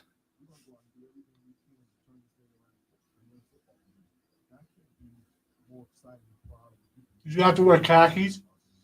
It was a like a cartoon animated picture of me. That's not the same thing, though. It was just my face, though. Can't find it. That's too bad. It's in there somewhere. I gotta go back. The Lions are fascinating. No one loses more close games than Detroit. They have 9 1-score losses since the start of last season, and what does that mean? An easy win for bettors. The Lions are 6-1 against the spread in the last 7 games, and with Miami rolling into town as a 6.5-point road favorite, look for the Lions to keep this close, especially early. Take the Lions in the points and let that Motor City misery make you some money. I'm Tristan Crick, helping you. If you work remote, Staples has you covered. Stylish office decor to turn my finished basement into a complete workspace solution. Staples has you covered. A desk that's all business, but not too business. Staples has you covered with remote workspace solutions. And now at Staples, save 25% on all desks, storage and filing products, chair mats, lighting, decor, and desk accessories when you buy a chair. Explore solutions for your remote workspace at Staples. The Working and Learning Store ends 10/29. And store only next. Sean Ezel entered the mortgage business in 2000. That's a tough angle. That one, though. When it came to buying a home. That's why he started Palmetto State Home Mortgage. For over 21 years, Sean's philosophy Oh! when others say no. They specialize in FHA, Need a little more anger on it. conventional loans, and 100% finance. All right. Find out more about our local veteran-owned mortgage company. Visit PalmettoStateHomeMortgage.com. At Inglewood, we're proud to sponsor area athletics at all levels. Whether we're building your He can't go 3 for 3 every day. You just can't do that. Even Rob misses shots sometimes. It's rare, but it does happen.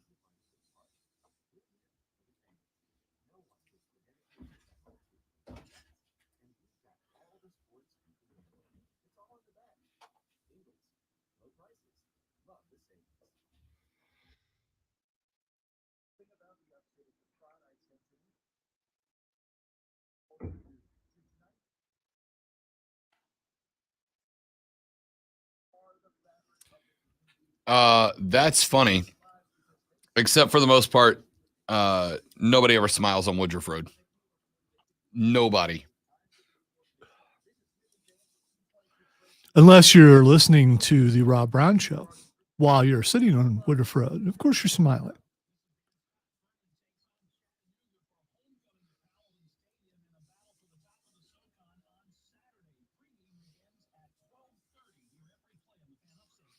Which is worse, losing to the Jags, losing to Detroit, or losing to Carolina?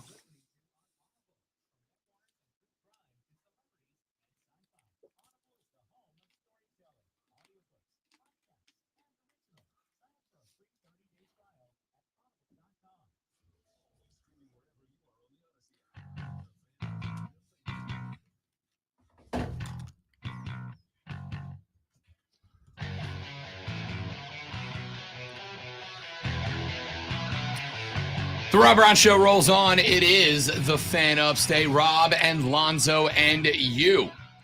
Be a part of the radio broadcast by giving us a buzz on the fan phone at 844-FAN-PHONE, F-O-N-E, 844-326-3663. or text us on the Preferred Home Services text line at 71307, 71307. Start your text with FAN, F-A-N, FAN, F-A-N, and we will read them on the air. Here's a couple of texts that came in. Texter said, "Fan, say blowout one more time, Zoe. You mean like Mizzou was blown out by Georgia, Alabama blowing out both Texas teams, like Michigan blowing out Maryland. Come on. And Ohio State having the 96th strongest schedule and blowing out the sisters of the poor schools. Clemson has won against more ranked opponents than any other team in the playoffs this far. And you're telling me Maryland, Miz, and either Texas team are better than ACC teams? Please." All I can say is, dude, I hope you weren't driving when you sent that text, because I mean, keep it on the road, dude. It'll be all right. This, no matter what I say, no matter what you say, at the end of the season, it'll all be worked out. It's I personally, I would love to see a rematch between Ohio State and Clemson again in the playoffs. I think that would be awesome. Man, I tell you right now which way my money's going on that one. I don't have to say anything. So there's been a lot of discussion on this station as of late about the rationale behind discussing hypotheticals. Whether there is a point to discussing hypotheticals, like how would Clemson fare in Ohio State's schedule? How would Ohio State's schedule fare with Clemson's schedule? How would they match up, et cetera? And, my stance on it is this, and then I'll move on to where I'm driving this thing. You mean normal sports takes? Yeah, hypotheticals are what we do. Yeah, that's what's since the dawn of sports radio. Since the dawn of time. Sports talk radio shows. I can't even do it. Hypotheticals are kind of at the base of what we do, in my opinion, right? That's what we do. We speculate. And speculation is primarily based on hypotheticals. Not always, but primarily, right? So I think it's absolutely fair to ask the question. So I hate to interrupt. I'm not going to do breaking news, but look at your Twitter and see something, because I called it. I just want to prove that I called it. It probably should show up on your Twitter pretty quick. From someone that you and I work with. You could just put his name in. Oh, yeah. Go ahead and do that. Go ahead and put his name in. Surprised you don't have that, just right there. Called it. Yeah. Called it. Yeah. Called it. I'll let that ride for Hey, no, you know what? It's just, I've heard Tara say this on WRD. I've heard other people say this. We are show prep for the later stations. And, sometimes it's pretty easy to prep. So we can preview exactly what you're going to hear later. And I nailed it because it's predictable. Speaking of hypotheticals. So speaking of hypotheticals, I think it's fair to ask, what would Clemson do against Ohio State schedule? What would Ohio State do against Clemson's schedule? I think discussing strength of schedule is absolutely something that you can and should do. Yeah, the CFP is going to do that. Right. When it comes down to who's getting into the playoffs and who's not getting into the playoffs, a large chunk of that is based and determined on who looked how against whom, right? That's how this is figured out. You're going to have one crossover opponent between Ohio State and Clemson. That is Notre Dame. Notre Dame caught OSU in week number 1. Ohio State at home got by Notre Dame 21-10. If Clemson goes to their house and beats them 35-7, that is a big old green check mark next to Clemson's resume for sure. But it's also fair to say, and I've said this to Zoe before, Ohio State's schedule is not good. The Big Ten is down. The schedule's not good. So it is important that they go out and put 77 on Toledo, 52 on Wisconsin, 49 on Rutgers and Michigan State, 54 on Iowa. And I'm going to tell you, it is of the utmost importance that this Saturday, when they are on the road at Penn State, that Ohio State go out there and do what Michigan did and beat the brakes off of Penn State, right? Because that is a common opponent. Now, Ohio State's got the benefit of looking at Michigan down the sights November 26th. They've got the opportunity to make their own fortune against the Wolverines at the end of the year. But this is an opportunity to make a statement for the Buckeyes, right? Clemson, if you look down the Tigers schedule, Clemson has had some statement wins, beating Wake Forest in double OT when Wake Forest was a top 15 team on the road is a statement win. Despite the fact that NC State turned around and lost to Syracuse, well, turns out Cuse has proven to be a pretty good team, right? Now, the counter argument's going to be, well, are they a good team? Or did they just play a bad NC State team and a slightly better Clemson team? I don't think so. I think Syracuse's work spoke for itself, running up to 6-0 and getting into a 3-quarter dogfight, actually 3.5-quarter dogfight with the Clemson Tigers and walking out of there with a 6-point L. Is there any other place other than where we are now and maybe up the road a little bit where people would actually argue that Clemson and Ohio State are equal in any way? Because the rest of the United States, they're not doing that. No, I realize we're here. We're in supposed Clemson country. I call it Gamecock country. You call it whatever you want. But there are a couple dominant teams right now in college football. Clemson is not one of them. They're the next tier of it. And in the past, they have been that. They're just not this year. Doesn't mean that they're not going to make the playoff. Doesn't mean they're going to make the playoff. Doesn't mean they can't win the playoff, to be honest with you. It just means that it's improbable that it does happen. So would you put any money down on Clemson winning the national championship? Not a dime. Okay. Not a dime. And that's not disrespectful, just not a dime. Would right? you put money on Georgia winning the national championship? Hell yes. Or any of the other couple? I would put money right now on Georgia, on Ohio State, and on Tennessee. I was going to say, would you put money on Tennessee? That would be my next question. I would put money on Tennessee because Tennessee reminds me of the Steve Spurrier era Gators, right? Like decent defense, but they're going to win a playoff game 54-48. They're going to win a playoff game in an absolute point machine game, in a game that hits the over and maybe twice, right? Now, with time out between the end of the season, the SEC championship, and the playoff game, I do get more concerned about a team that is primarily based on offense as opposed to being more balanced, because you can lose that timing, that rhythm, that chemistry, and it can be hard to get it back on the fly in a playoff game that comes a month after your conference championship game. But they're really good offensively, right?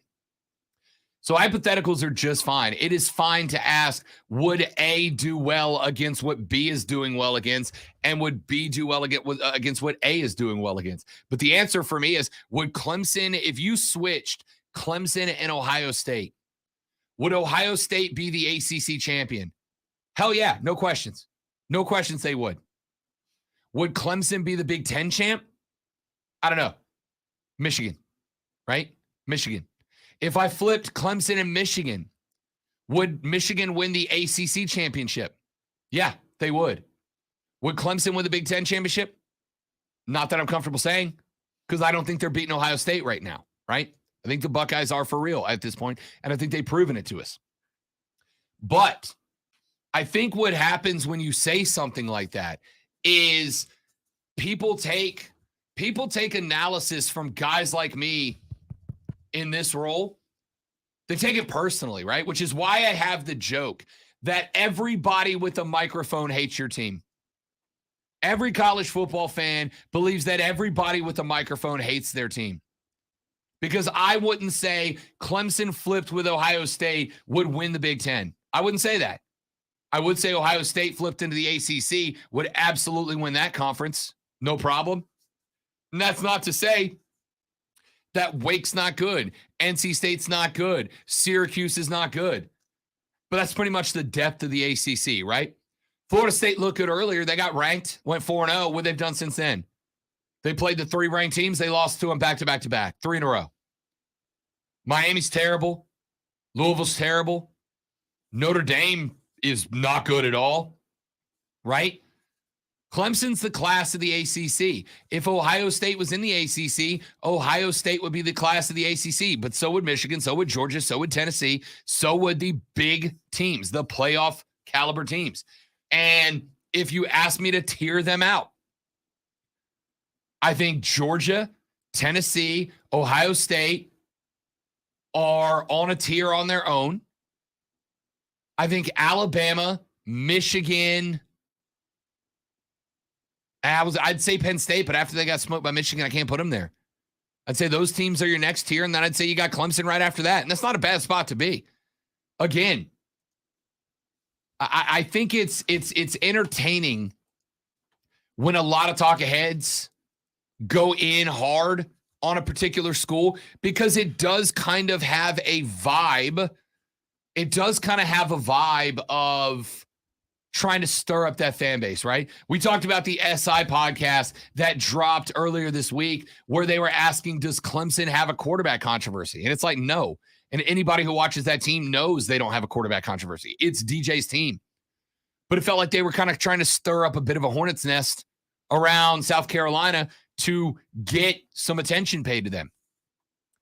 Anybody saying it now, after this past weekend, right? I don't necessarily think it was true before this past weekend when UCLA was undefeated. But now that UCLA has eaten an L, and it's basically Clemson and TCU, anybody who says if Clemson wins every game, including the ACC title game, they might miss the playoff, I disagree with that. But that is not the same as saying if Clemson was in the Big Ten, they wouldn't win it.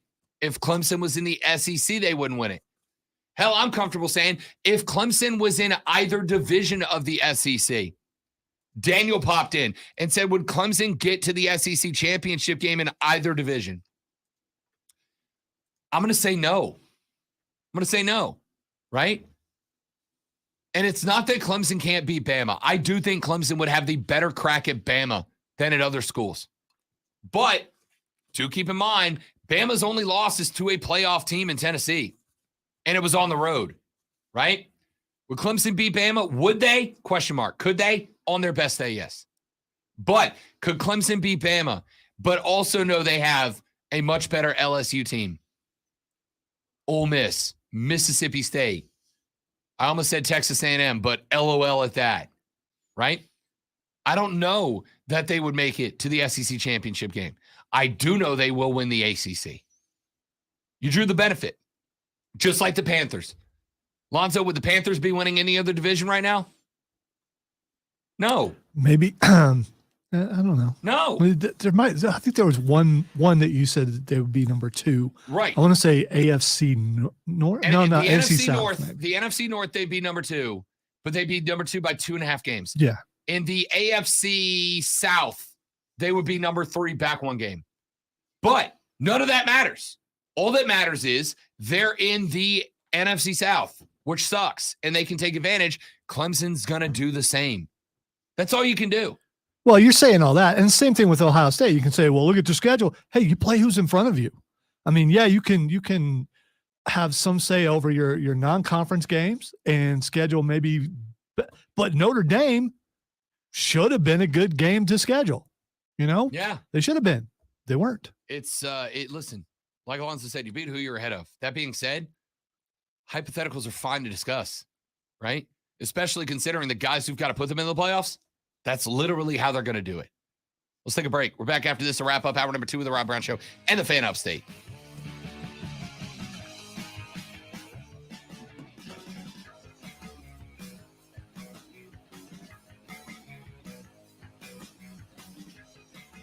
Yes, I did all that I did a little bit earlier just to see if I'll get a strongly worded email.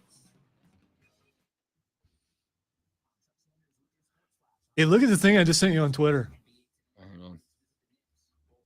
It looks like he didn't get it fixed, by the way, because he's off there and we're still not on YouTube.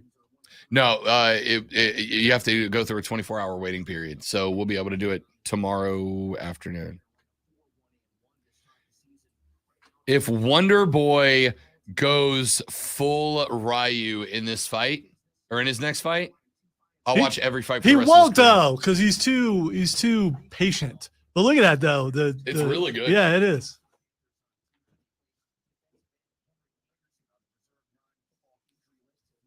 When we had him on the air, I'm like, dude, why aren't you more aggressive?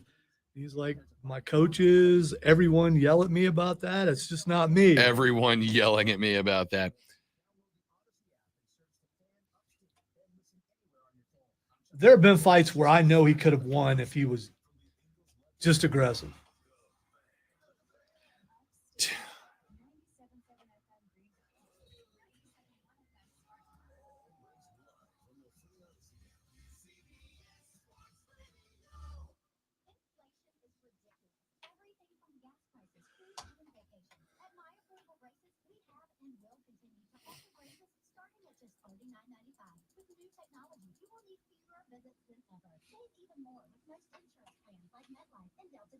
MyAffordableBraces.com has a clinic near you in Greenville, Spartanburg, and Anderson. Schedule your free consultation, exam, and x-rays today. Easy payment plans and affordable braces. A lifetime of smiles you can afford at MyAffordableBraces.com.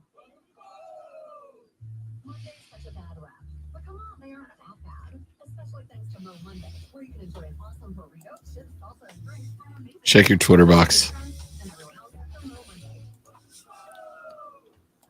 Football season is here. The new Odyssey app lets you stay connected to your NFL team, your station, your shows. Follow your favorite stations and come back again and again. They picked a good picture, though. They picked a really good picture because that's not, yeah. I would have used some thumbnails myself.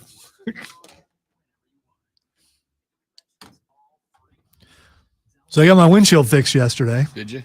Did they replace it or seal it? They replaced it. Well, you didn't see how long the crack. Look, the crack was this long. I mean, it was. No, I was, saw the picture of it. Yeah. So, yeah, they replaced it. I think it took like an hour.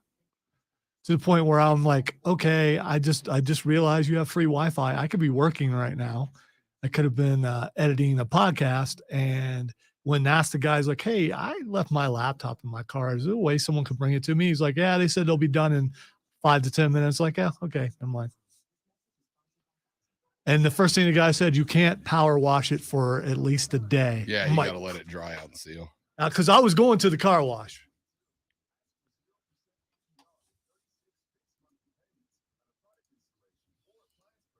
And then it rained. So, there's that.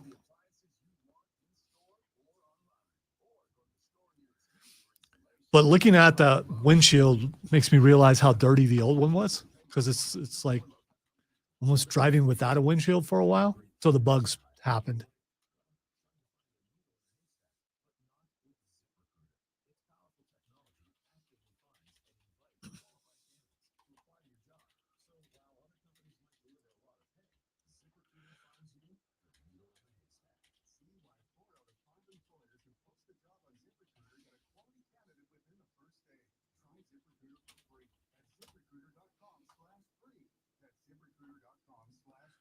Stepping to go by the boss's door yesterday and notice all the helmet stuff that he has in there. Last time I looked in there, he only had like one.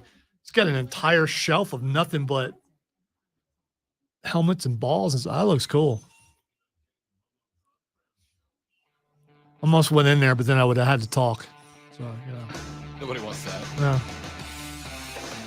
All right, ladies and gentlemen, coming up on the end of our numero dos. For real this time. For real this time. Preferred Home Services text lines open for you at 71307. Start your text with FAN, F-A-N.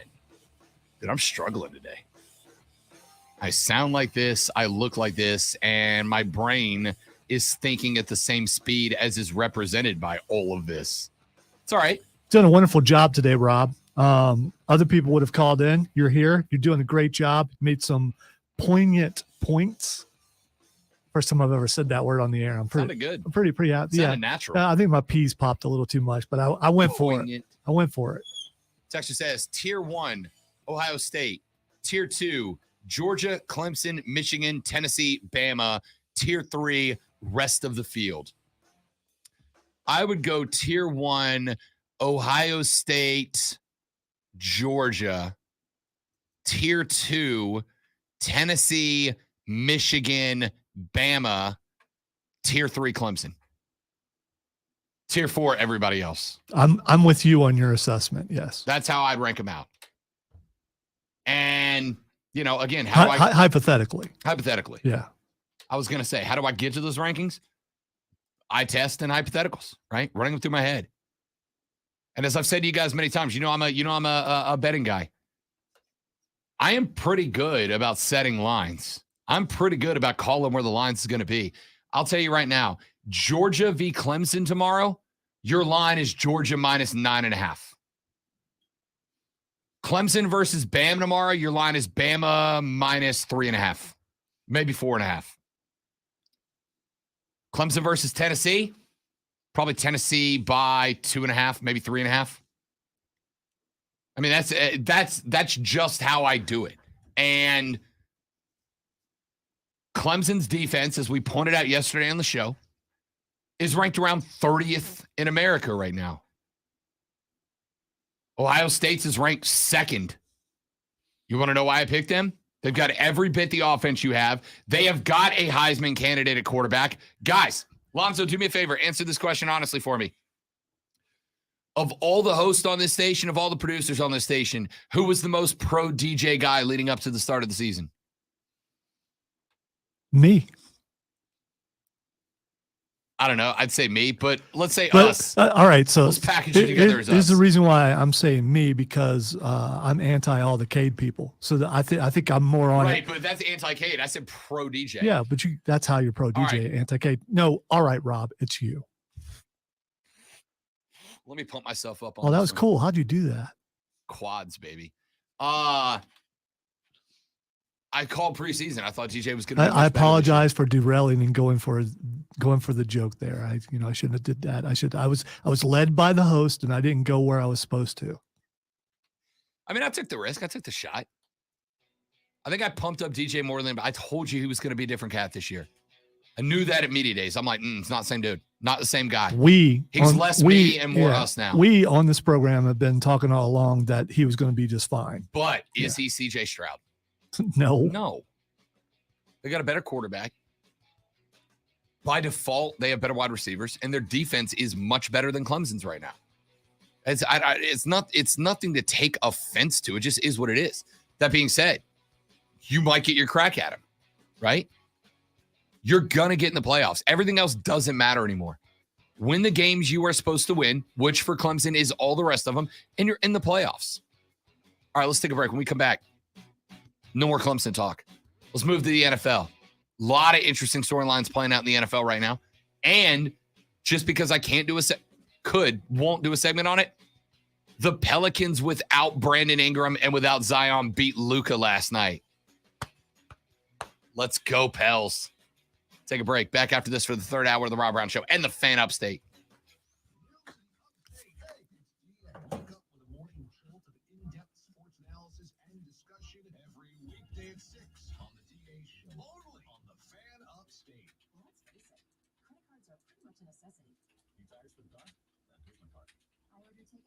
Here's my card. And most of us just accept the high interest rates credit cards charge as a necessary evil. What are you going to do? Get a low fixed rate credit card consolidation loan from Lightstream from $5,000 to $100,000 and pay off those credit card balances. Come on. As soon as the deal is filed.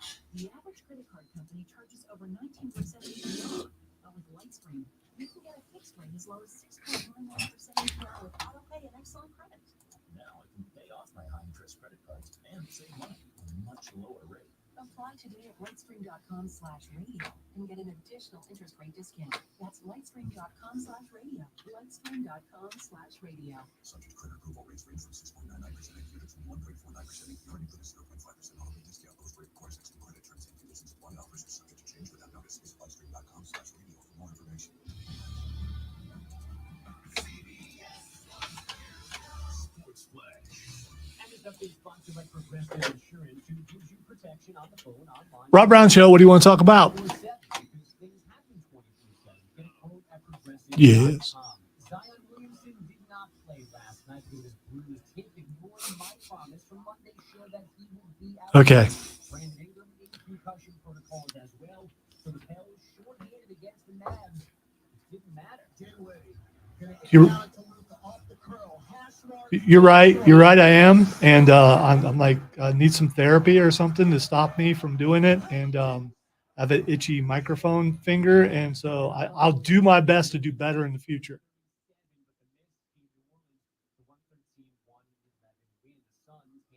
Okay. All right. You too. Bye.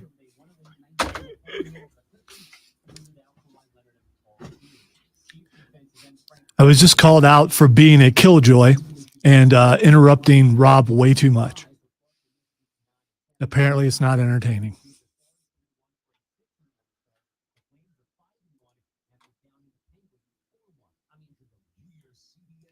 You know, if I leave my microphone off, people are unhappy. If I turn it on, they're unhappy. So, just gonna have to be me. That's all I can do. Unless they pay me to be somebody else, which they don't. And no, don't think Rob went into the other room and called and disguised his voice, because I know who that was.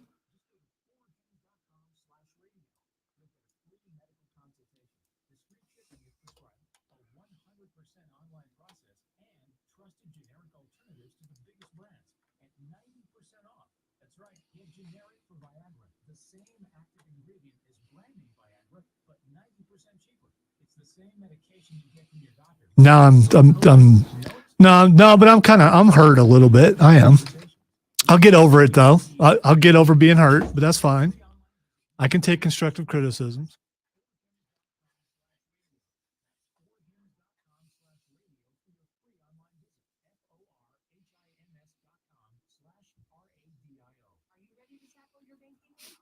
So funny you should say that, Marcus.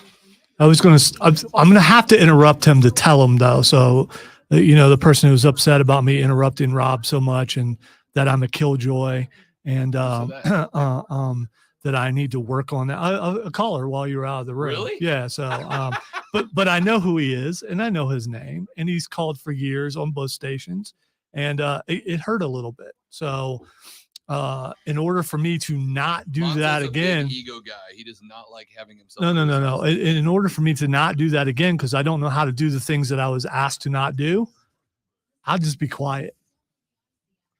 So there's either because then I got to do the whole show. There's either quiet me where I just push the buttons, or there's me being me, which sometimes works, sometimes doesn't, but it's entertainment. If everything hit, we'd be making a lot more money.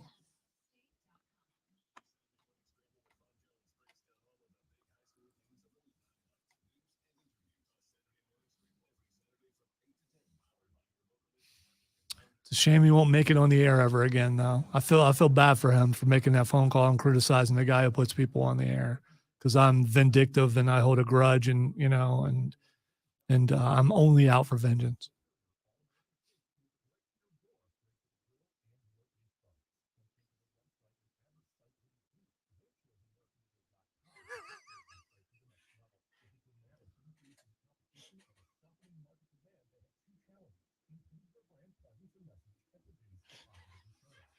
This one's I'm a big internet meme guy.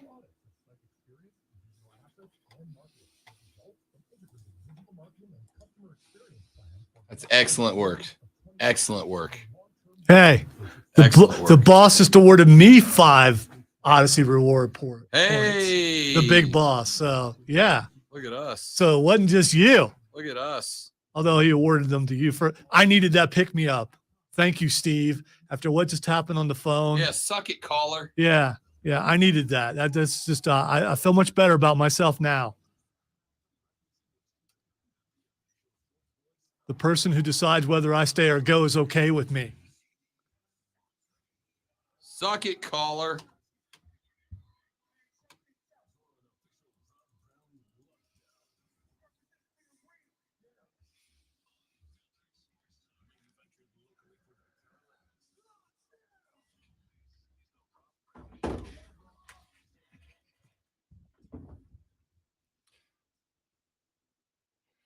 The third, the final, the best, the money hour of the Rob Brown Show starts right now, y'all. Welcome back. Great to have you. My name is Rob Brown. The great one, Lonzo, is on the other side of the metaphorical glass. You want to join? Yeah, you do. Now's your chance to get in on this festival of love we call the Rob Brown Show. Doesn't work without the sexy music. Yeah, that music is definitely built for me on days like not today. Yeah, I apologize for interrupting. It's all right. Let's do it like 30 to 40 more times. Can I go now? That is my co-host, Lonzo Reitzel, ladies and gentlemen, / executive producer. Co-host comes first. Promise you don't want 60 of me alone every hour. Hey man, I'm good. You know, I'm good. I'm good. It hurts a little. It does, but then you know, then the big boss did something nice for me, and I feel better. I do. Listen, at the end of the day, there are two people in this really in the world whose feedback I'm concerned with, and it's the guys who scratched the checks for me. Yeah, one I just got an email from. The other was on the show actually last hour. So as long as they're happy, still can't believe that happened. As long as they're happy with the product, I'm happy with the product. Yeah, the boss pops into the show earlier. I've been on the station 2.5, rapidly approaching 3 years now, and that's the first time he's ever showed up on the show. I don't think I've ever had him on the air before that I'm aware of. So you know, something new every day. Something new every day. All right, a lot of stuff to get to in this hour of the show. Emily Adams is scheduled to join us today. We're going to have to push that one later into the week. But she did spend some time yesterday at Shane Beamer's press conference. And, you know, it's been a weird discussion talking about Shane Beamer, right? Because on one hand, Shane Beamer comes across as a remarkably likable dude, right? Remarkably likable dude. On the flip side, that doesn't translate to being a good coach, right? That doesn't translate to being a great football coach. There have been a lot of remarkably unlikable people. Nick Saban, who are excellent football coaches. And a lot of very, very likable dudes, Lane Kiffin, who have been very middle-of-the-road football coaches. Shane strikes me as a very likable dude. And that was reinforced at his presser yesterday because he got on the mic.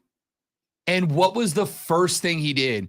Not say, thanks for coming, everybody. Not say, I'll take some Q's and give some A's.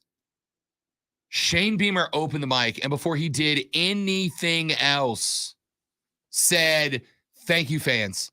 Thank you for making Columbia be the spot that was on the map Saturday night. And I don't think he was wrong, right? Like, I don't think he was wrong. I absolutely think that Columbia had the eyes of the nation on it on Saturday. Building the culture, that's part of it, right? That's why the Kentucky win was so damn funny, because of the Mark Stoops comments about changing the climate versus changing the culture. Now, we ribbed on the Gamecocks after they got run out of the building by Georgia, because by halftime, the stadium was empty. People decided they'd rather drink in the parking lot than stay inside and watch that. And I get that, right? Like I've said, it's your ticket. You spent your money. You do what you want to do with it. If the product's bad and you want to walk out at halftime, walk out at halftime. But there are also consequences to that. The consequences to that are when you get to the second half and they turn the camera to the stadium, if you're a recruit, it is absolutely justified to look at that stadium and go, those fans bail on the team when things get bad. And I don't want to play at a school where the fans bail on the team when things get bad, right? That is the optics of that situation. But a favored Aggie team, a team that, for some reason, despite the fact that Rob Brown has been saying for years, Jimbo's a fraud and A&M won't win a damn thing at helm if he's at the helm unless they stumble into a Jameis Winston like he did at Florida State. folks around the country are still all in on A&M. Like A&M, oh man, they got that number 1 recruiting class. I got news for you, kids. Having the number 1 recruiting class is a very good thing. Sure it is. It's a very good thing. But you've either got to have a great coach or a legendary quarterback at the helm to win, right? If you have a number 1 recruiting class with a great coach like Nick Saban at the helm, you can win with that. If you have a number 1 recruiting class with a great quarterback like a Jameis Winston was at the helm, you can win with that. But if you've got a number 1 recruiting class, but you've got a coach like Jimbo Fisher, and you've got a quarterback like Max Johnson or Haynes King at the helm, it doesn't matter. It doesn't matter, right? It doesn't matter. Either way, the eyes of the nation, despite the Aggies being on a 2-game losing streak coming to Columbia, believe that A&M was going to win. Most of the national pundits were picking the Aggies. Oh, it's a bounce-back game. It's a get-right game for the Aggies. And not only did the Gamecocks dime them from opening kick, but on top of that, Zoe, you watch this game? Every time they showed a field level camera, every time they showed a top of the stadium looking down camera, that place looked like your TV was going to get brighter from the electricity coming out of that stadium. It did I haven't been there since they put the lights up, and you had mentioned what it looks like. Didn't it look dope? That gave me a taste of Yeah. like, man, I've been there when that stadium's been rocking, but not since the lights add so much to it. But that's been the norm in my experience, as opposed to, the other thing. I've never got to do the flag thing either. The last time I was there, they weren't doing that. I got to go do that. The only bummer that I have for me right now, I try to get to a Clemson and a Carolina game every year. The only night game left that I can get to, Zoe, is Tennessee. Now, could the Gamecocks upset Tennessee? Probably not. Yeah, I've had to stop going because I have something else that I have to do on Saturday nights. Yeah. So I haven't been able to go in a while. You might need to get you a co-host for one night game in the Cola. It'll be worth it. Just one. I have high standards. Let Captain America take over. I have high standards. We'll let Cap take over. You and me will hit the Cola. Yeah, he won't do that. So that's kind of the direction that Shane Beamer has his program headed in. That looks so good. But I've also said a million times, it's got to start translating to wins. It's got to start translating to wins. Well, it started to on Saturday. Now, was that a one-off? There are 3 winnable games in a row for the Gamecocks. Well, most people didn't think they were going to beat Kentucky, and that happened. You and I both picked them to beat Texas A&M, or at least to beat the spread. Cover. Yeah, I picked them to win. I didn't pick them to outright win, although to me, I said it's a coin flip game, and that's why I think Gamecocks cover. I don't know if they win. They did, right? That being said, if this team goes out and wins the next 3, it's 8-4. What were the expectations for this year? Realistically, 6-6, possibly 7-7. I said absolute highlight would be 8. Well, look at us now. Well, right? Part of winning is believing that you can win. And there's a fine line there. Sometimes you might be equal with the other team, but you don't believe that you can win, and you're not going to. They're really starting to believe, and you can see that. And that's what victories do for you. The atmosphere has changed. Now you've got to bring victories with it to maintain it. Texter said, sure do hope U of SC don't forget to pay the power bill for the lights, because that's the biggest draw, apparently. No. The biggest draw is a dub. But they are super cool. All right. Now, a lot of stadiums are going to that. Alabama is the fact that Nick Saban Stadium comes with a light show blows my mind. You mean Clemson hasn't done that yet? Clemson put that big ass video board up, which I want to go see too. Well, I mean, that thing looks cool as hell. Clemson Stadium is older, and they probably have some electrical issues. They might have to call out some people to actually run that thing and get it to work right, and get those cow turbines going and make sure that it runs that stadium correctly. Look, I'll say this. I've been to Death Valley twice since I moved here. It's a great stadium. It is a classic college football stadium. It's a great stadium. And there is some nostalgia in that. But I'm also going to tell you, the next generation of kids, they're looking for cool, man. They're looking for hip. You can have some kids that like the nostalgia, and you'll have a bunch of kids who like the Showman style stadium. Shane Beamer's leaning in that direction. Clemson likes to lean on the look at our history, and that's fine. It works, right? But the number one thing that is going to draw people in,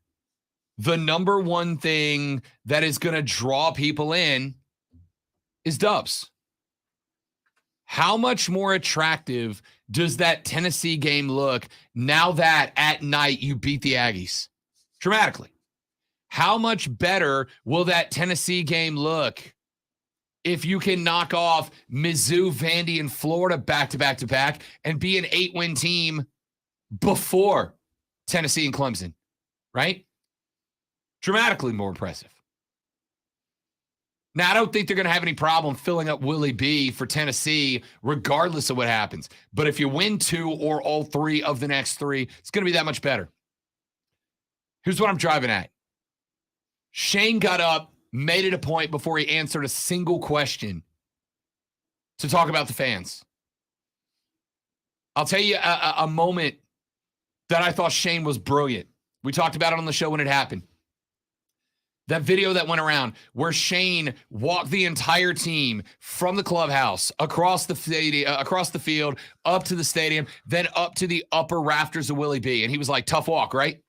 Took a lot of effort, right? The boys are like, yeah. He goes, this is what your fans do every single Saturday to come here just to watch you play. You better put in the effort for them that they put in for you. I was like, damn, that's a really good moment. That's a really good moment. That's a moment where you don't just tell. It's one thing to tell. It's another thing to show, another thing to prove. And in that moment, I'm like, damn, he knows how not just to tell, but to show. And I felt that. And I think you're kind of starting to feel that out of that guy. And this U of versus USC thing, right? I know that it comes across as corny, as it comes across as cheesy. Clemson fans are going to make a joke of it.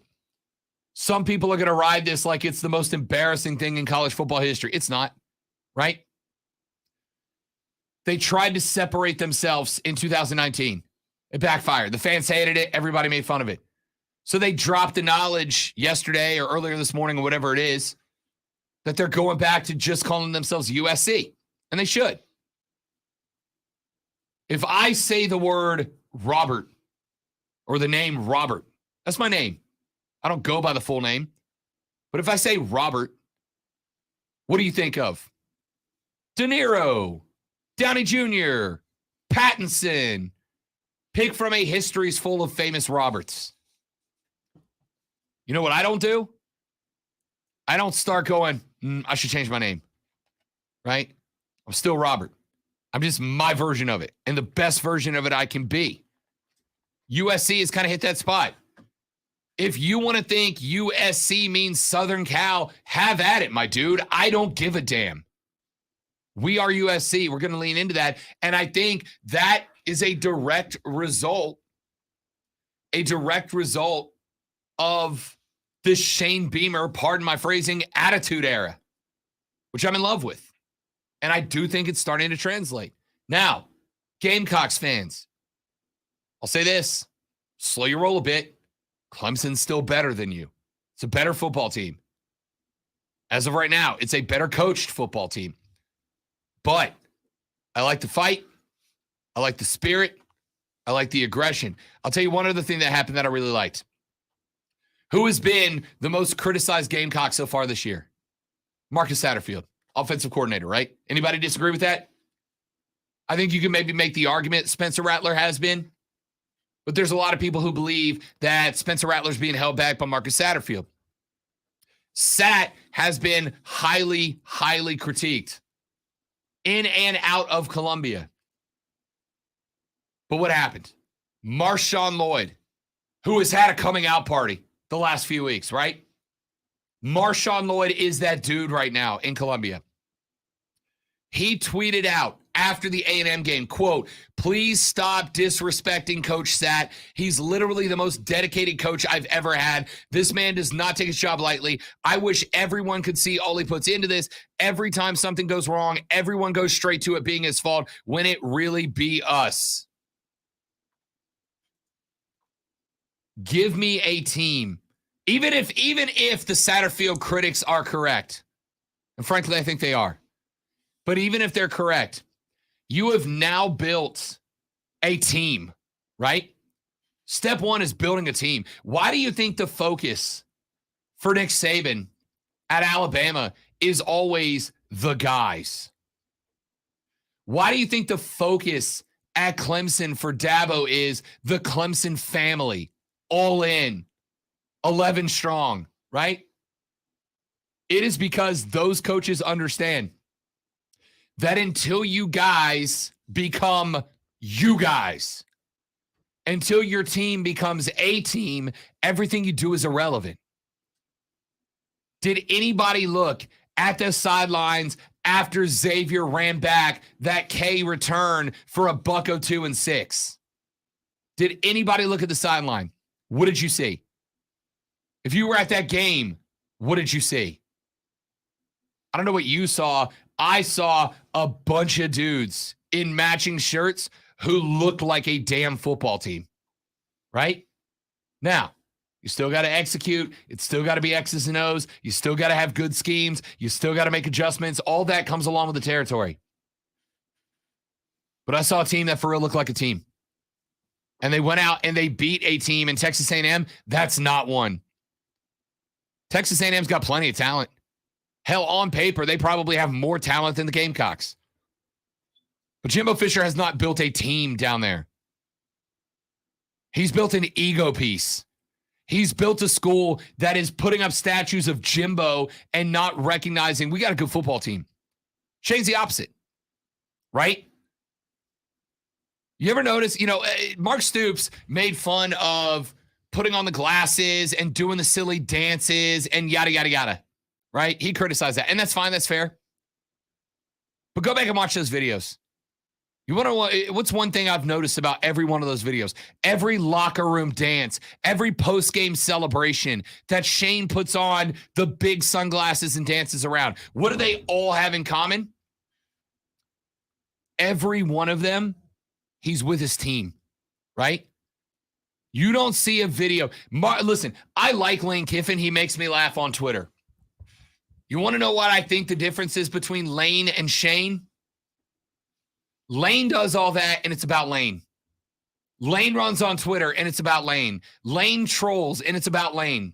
And it's hilarious. Don't get me wrong. I think it's funny as hell. But it's about Lane. When Shane goes on Twitter, it's about his boys. When Shane trolls, it's with his boys, right? Shane could have absolutely, in the post-game interview on the field after beating Kentucky. So he could have dropped those glasses right there on the field, right? Hey, coach, great win. You were an underdog. You came out here and you beat Kentucky on the road. How's it feel? And Shane could have went, I feel like dancing, Marie. And hit the Dougie right there in midfield. But what did he do? Where did Shane put on the glasses? In the locker room, in the middle of the dudes. And when the camera went on him and he put on the glasses, he started moving towards the team. Do you understand how important that is and how that sets him apart from a lot of guys like Lane Kiffin who have toiled away to mediocrity forever because it's about them? Jimbo Fisher toiling away in mediocrity at A&M because it's about Jimbo Fisher. Shane is the most it's about us dude I have seen since Dabo Swinney. Genuinely. Even Nick Saban. Nobody likes Nick Saban. He doesn't seem like a fun dude to hang out with. But you ever peeped the vids about Nick? Nick's always with his guys. Nick's out on the lake. He brings boys to his house on the lake to go tubing. He goes out with the fellas. They go to movies together. They clean up the theater together. Shane is following the mold of the successful coaches around the country right now. It ain't about you. It's about the program. It's about the boys. You make the boys feel like it's about them. I got news for you about high school kids. They want it to be about them. They want to feel like they're the main feature. Shane's doing that better than anybody else with the exception of maybe Dabo, maybe Nick. I think Kirby Smart's in that group too. All the guys at the coach. Is Ryan Day that way? Lonzo, you're a Ohio State guy. Do you feel like Ryan Day's in that group? A dude that's about his guys all the time? I believe so, but Ryan Day is a little bit, he's like that offensive genius that you just kind of leave him alone. You know what I'm saying? That guy that you just kind of leave him alone. But all the players seem to love him. He's not animated the way Beamer is. It's two different guys, two different teams, but probably the same kind of passion. Yeah, but I'd put him in that Nick Saban kind of eccentric genius category. Yeah. He's it not. Might feel different when it's about the boys, but it's still about the guys. Yeah, he's not the dancing guy. But no, I agree with you. Yeah. He is definitely one the players love him, and it helps when the players love you and you're also winning. Yeah, that's fact. All right, Hurricane Jeff texts into the show 71307. He said, I would like to see my Hurricanes follow the same formula that the Gamecocks are doing. In a sense, I'm hoping they do what Shane Beamer is doing after year one. The Gamecocks are looking like winners. Yeah, that's the mentality, right? Even if you lose, feel like you're a winner. That's how it works. Texas said Gamecocks get the next dubs and have big momentum. They can beat Tennessee and Clemson. Oh, I'm absolutely not ready to go that direction. Tennessee's better than them. Clemson's better than them. The key was can. So that means at least the texter believes that there's an opportunity, and maybe there is a chance. Confidence-wise, yes. Talent-wise, they probably match up better against Clemson than they do Tennessee. We'll see. You go beat Mizzou, Vandy, and Florida, I might feel different. Still not a probability, but it's a stronger possibility. All right, let's take a break. We got a lot more to get into. Have heard from Emily. She got caught up in a couple of things for work detail this morning, so she will join us on tomorrow's show, and we'll bring this conversation back to her. Until then, got a few more things I want to get into. I asked earlier in the show, and it just got brought up here, which is why I ask again. Is my grudge against Jimbo Fisher fair or foul? I feel like it's fine, right? It's just not a likable dude. Like, Jimbo Fisher is so dislikable, I took Nick Saban's side against him. It's no more weird than your grudge against Jacksonville. No, Jacksonville sucks. Or Urban Meyer. So does Herb. I got to. Or Tim Tebow. I love Tim. Tim's a great guy. I have hung out more with Tim Tebow than all of you. He's a great dude. He's just not a good football player. Back after this on the Rob Brown Show on the Fan Upstate.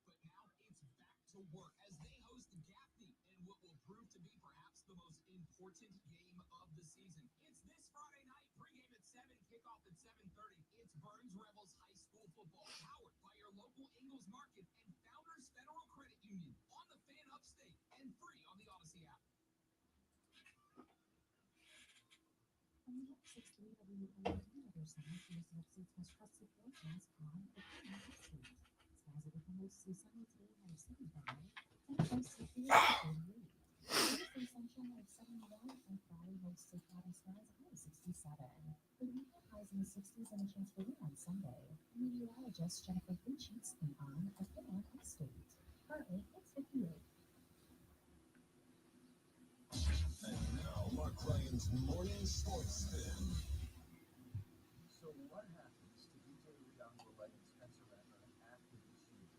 There's so many different variables. Diesel and I tackle this, and neither one of us Why don't you record your spot with some volume? Spencer Rattler is going to declare for the NFL draft. Not that hard. You want to come back to school, and Shane Beamer rightfully will not guarantee him the starting job. Would you guarantee the starting job to a quarterback with a QBR of 44 when average is 50? Yeah, I wouldn't either. And then I think he'll leave and he'll be a late round pick in the NFL draft or possibly undrafted. On DJ's side, I could see DJ testing the draft waters when they come back, when the scores come back as like a 4th round pick. I see DJ asking Dabo if he's his guy. Dabo's going to say yes, and then Dabo's going to have the sales pitch of his life, trying to convince Cade Klubnik and Christopher Vezina to be patient for another year while DJ is at the helm. I'm Mark Ryan. All sides with Mark Ryan this afternoon 3 to 7 on The Fan Upstate 97.7 FM Greenville. Hey, bad production. And on the Odyssey app. Hey, it's Rob Brown. Listen, there are some people in the industry that are going to tell you selling a home today is a hassle. Ladies and gentlemen, it is not a hassle. It is an opportunity, and that is because home values in most Hit level 50 yesterday, by the way. Did you? Yes. And there's they use a system like Diablo and some other games do. Once you hit the level cap, you can still gain experience and use it towards making things like making 50's the cap. 50's the cap. But you can use your points as you get them towards making certain things stronger, like your sword attacks or your spear attack or stuff like that. So, or you can make your special abilities. You can go up to 20, making your special abilities stronger. My favorite attack is the rush attack. That's my favorite one. And I've already spent a point on that. I remain Team Sparta Kick. Well, I have that too. There's also, once you reach a certain level, you unlock a engraving that just makes your weapon fire. So every time you use it, it's fire. So I had the one where you can make your weapon fire, the ability. Now I could take that off and put something up, because I hate going between wheels, especially in a battle. So now there's another attack. I don't use it enough where you can cause lightning to strike and it stuns everybody. Like that. Yeah, I replaced the fire attack with that. I keep forgetting I have it though, because I've used the other thing so long for the entire game. But it helps to not have to make your weapon blaze fire every few minutes when you're fighting. So I haven't beat Medusa yet. I'm gonna go back and beat her though. I just beat the arena. I took a break.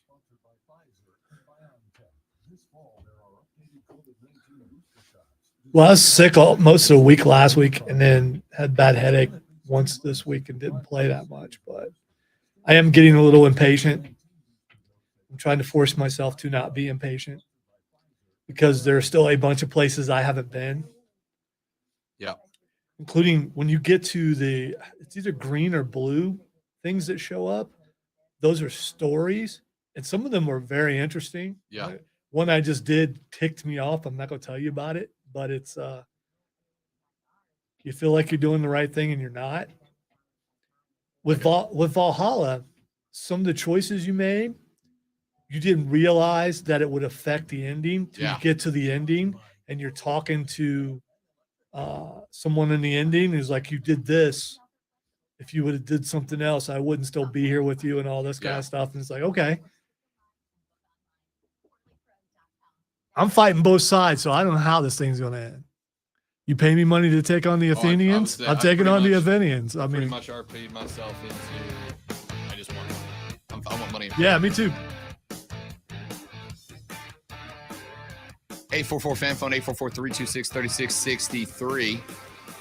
Text us on the Rob Brown Show preferred home services text line 71307. Start your text at fan. Texter said, "Great.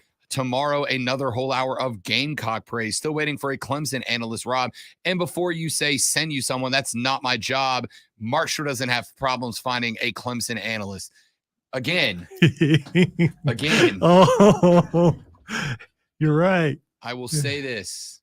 I don't just want a dude. Hey, keep that number. I should look it up because I have an idea who that is. I don't care. I frankly don't care that much. Because I really don't. It's very repetitive and also boring. You know, there are if you like Clemson, you've already mentioned the show where you can hear a lot of it on. Go to that show. I don't care. As I have mentioned 100 times, like, no, it's not your job. But I've told you, it's not, I don't say this with any disrespect, but I don't just want some blogger on, right? Now, there are some bloggers that it becomes their job just to cover the team. And that's a little different. By the way, I want to point out we spent more segments today, as we do most days, talking Clemson than we have talking any other college football team. But in the end, Texter, why are you listening to us for college football? All we do is talk NFL. It's real simple to me. I talk about what's relevant, right? Clemson's very, very relevant. They haven't talked about a lot on this show, without a doubt. Now, the second aspect of this is we talk about what needs to get better, right? That's my philosophy. I talk about what needs to get better. I know it can be frustrating to some people. I've frustrated Lonzo before. Carolina comes off of a win against New Orleans. They come off a win against Tampa. And what do I immediately start doing? Here's what went wrong. Here's what's wrong. This is bad. This is bad. This needs to get fixed. Because you get better by you get better by fixing the things that need to be fixed. Does it feel like I'm picking on Clemson? Maybe.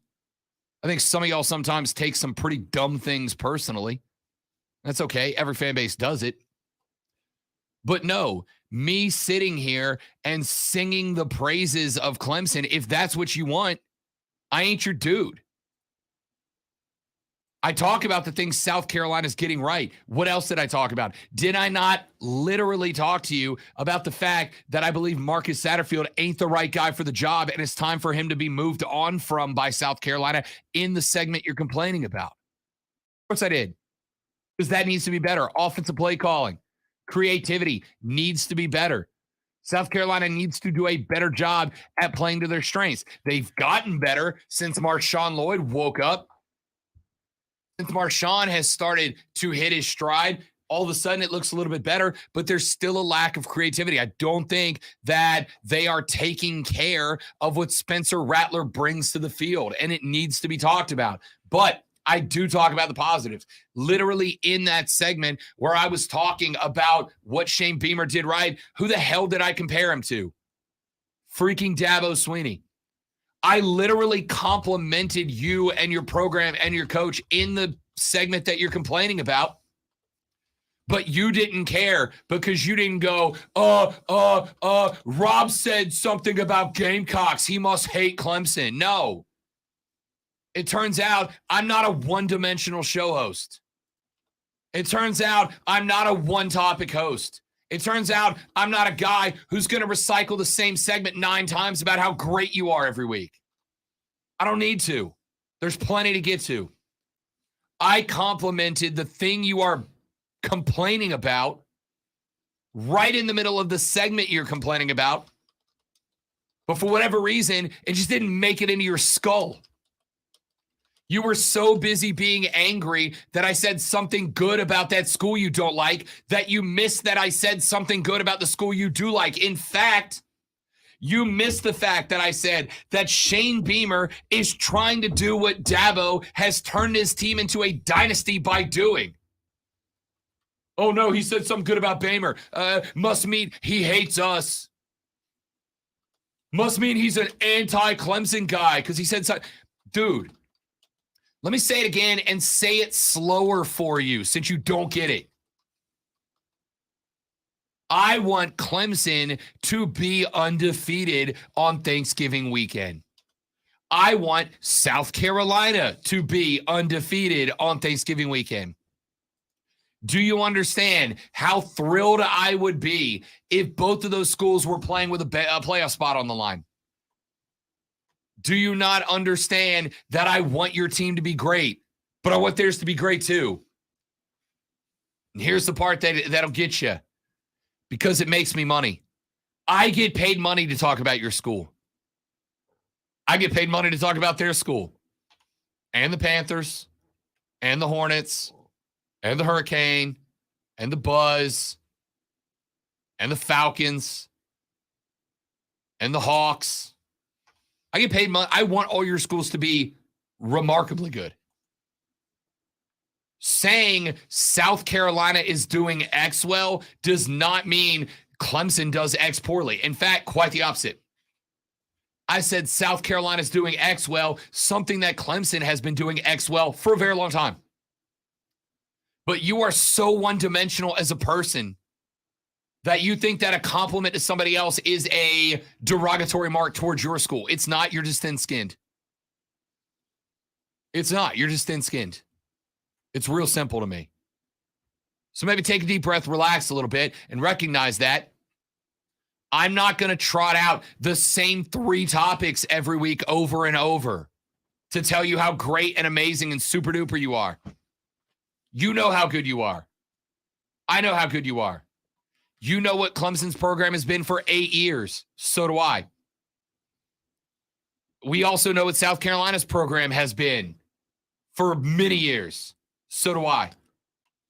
We also know the direction both of these programs are headed in.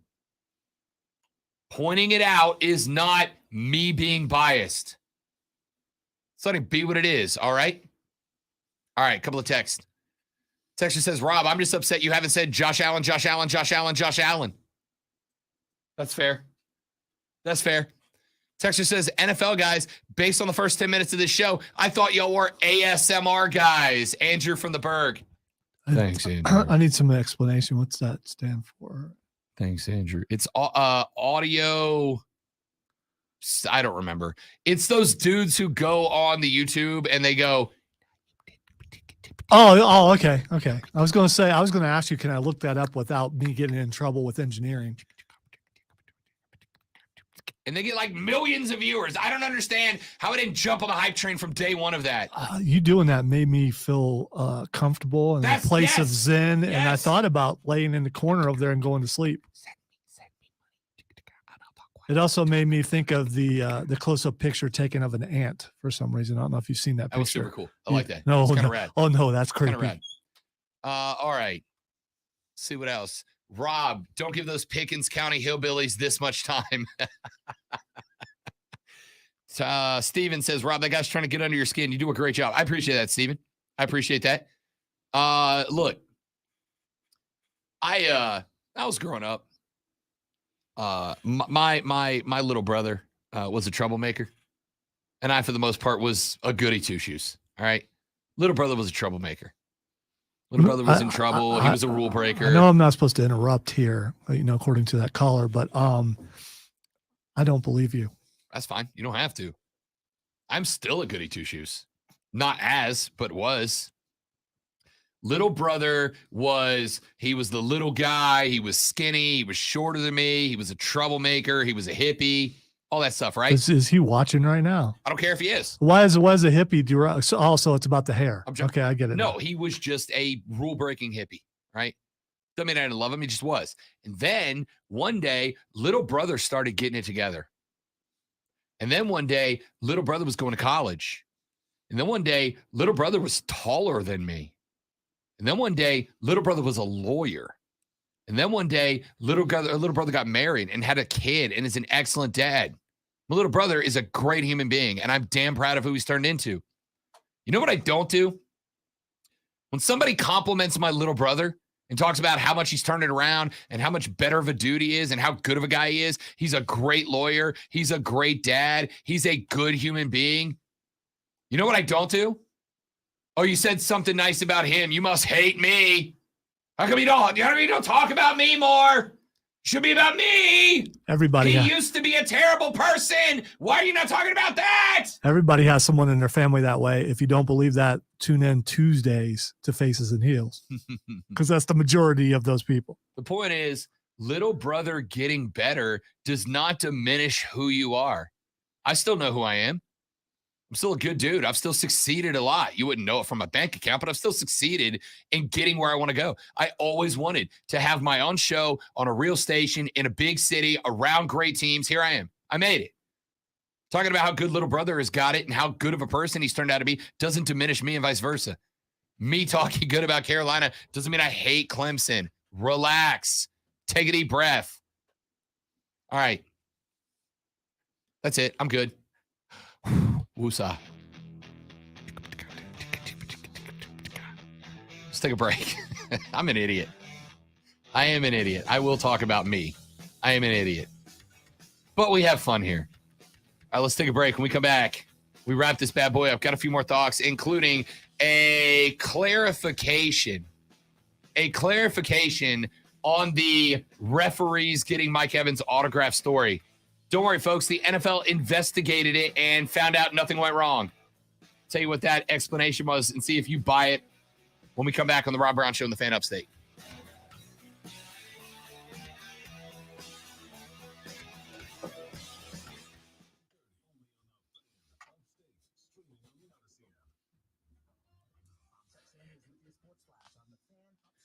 My head hurts now. I can't handle all this drama. Everyone's so angry. Why can't we just get along?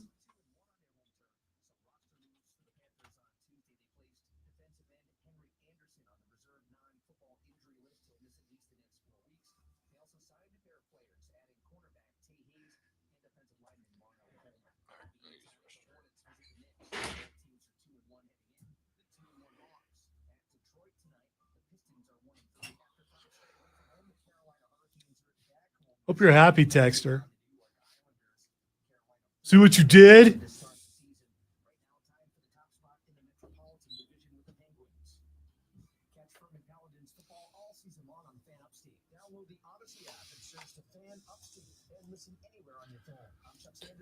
By the way, Steven, I don't think he ruined Rob. I think Rob went into promo mode. I like promo mode. It's awesome.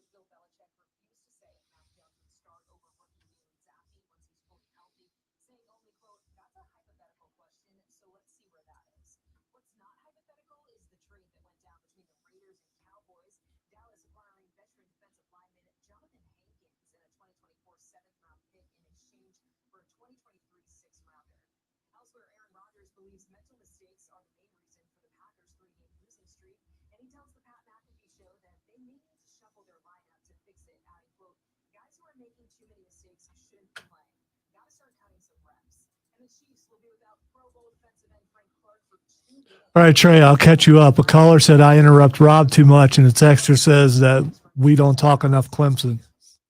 There we go. You're caught up. And Rob went off for a segment on it. It was not bad.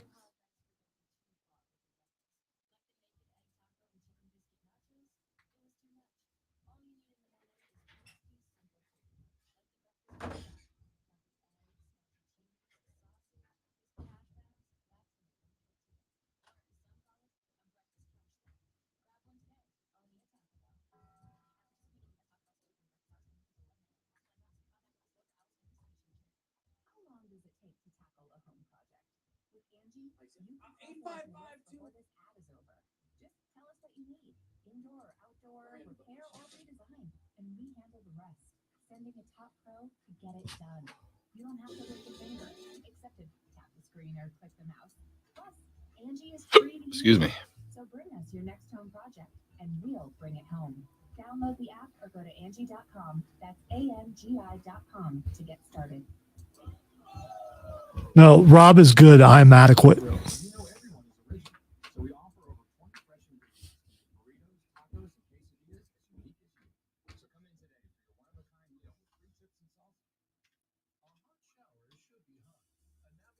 A hot shower should be. If it's not hot, it's not a hot shower, commercial guy. Go for a hot shower right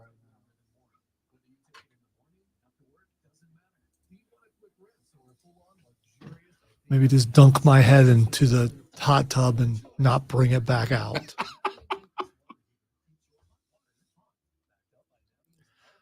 So the worst part about a hot tub or a hot shower or anything like that, it feels really good while you're in it. And then you get out and you go back to the pain that you had before. It's just not long lasting. Hey, Rob Gronkowski's people are here. Nice. Man, when they jump in there, they jump in hard. Hard, yes. I don't know if it's the right word, but it's the first one that came to mind.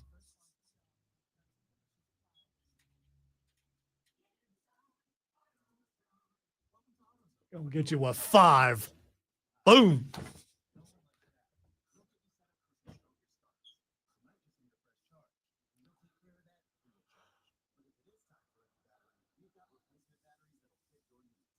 Saw a video earlier of Danhausen putting some weird submission on this dude, and it looked pretty wicked.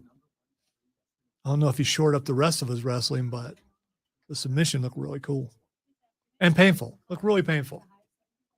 This is what a submission should look like.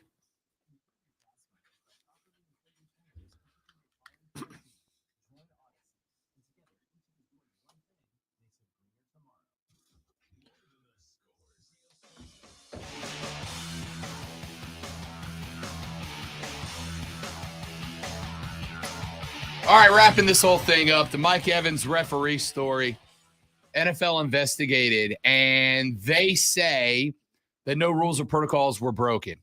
They said that the reason that those referees were seemingly searching for an autograph for Mike Evans said it was not an autograph at all. They said that Mike Evans was asking them to be put in contact with a golf professional to take golf lessons. They needed to get the pro's number to Mike Evans, or get Mike Evans' number to give to that golf pro to get in touch with him about setting up some lessons. And the reason that there were 2 refs right there was because the first ref talking to him asked for his number, realized he didn't have anywhere to put it. The second ref pulled a piece of scrap paper out of his little referee book and handed him a pen, and that Mike was writing down his phone number to be given to a golf pro for that pro to call him and give him golf lessons. All right, so I gotta say, that is so elaborate. I absolutely believe it. For the record, I absolutely believe it. Yeah, Right?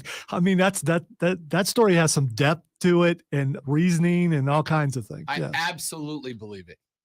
However, it's still not a great look, right? It's not a great look, and it's certainly not a great look, regardless of whether your investigation is fine or not, to go, we investigated ourselves, and it turns out we did nothing wrong. All right, so I need to ask you. So as we talked about, if you saw this, would you report it? Do you feel, if you're the reporter who reports that and it turns out to be something like this, does it lessen the story? Does I'll it, tell you it where the make you mistake got think made. differently next time? I'll tell you where the mistake got made, and this is journalism 101.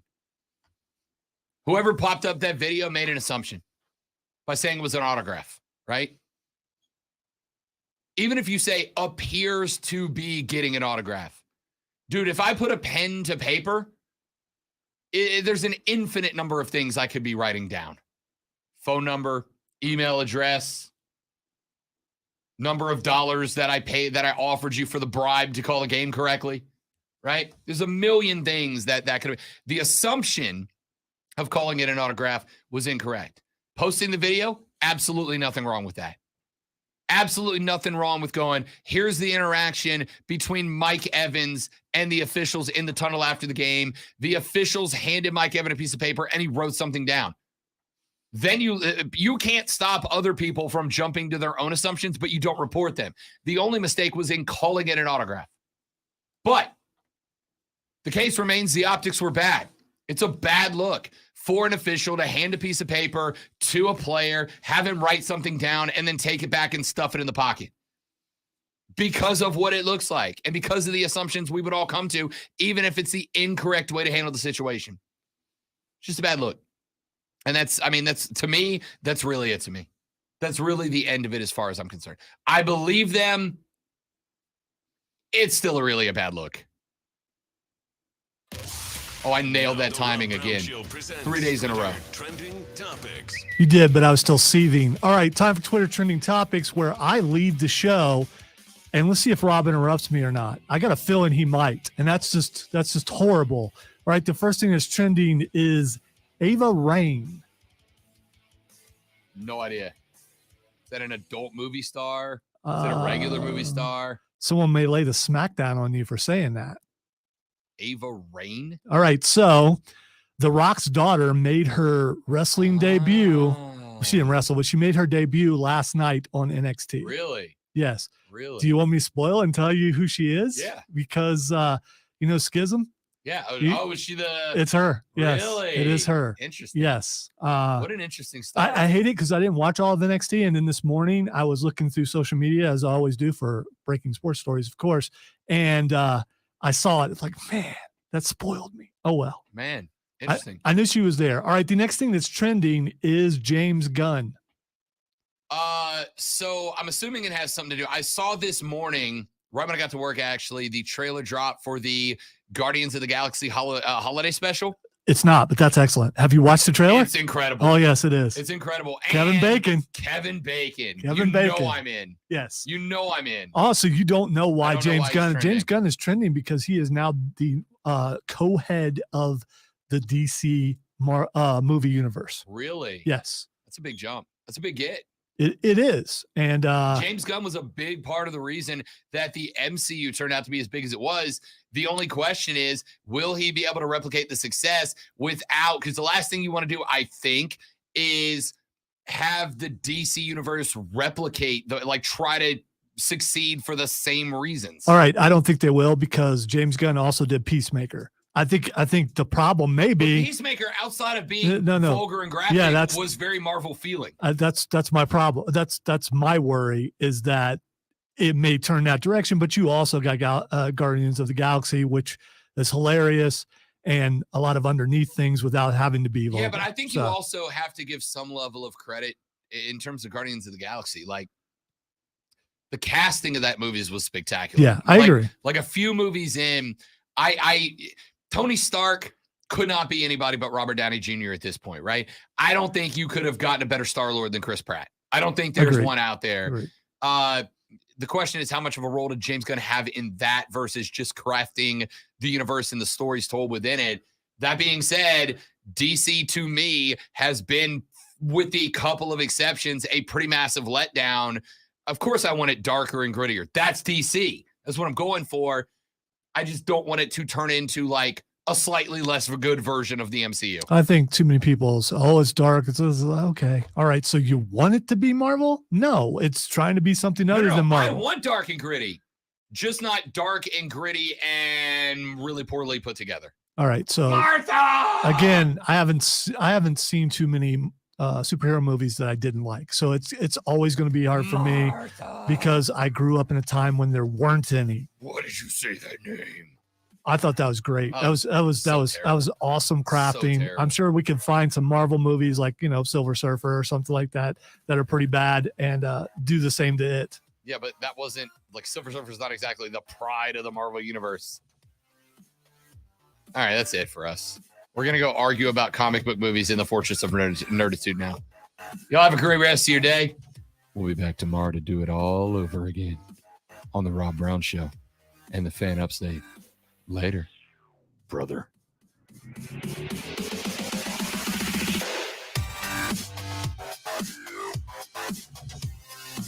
All right, dudes, I'm going to go eat. Nailed it. And the stinking had music behind it. I'm going to go eat a package of cough drops now. Yes, exactly.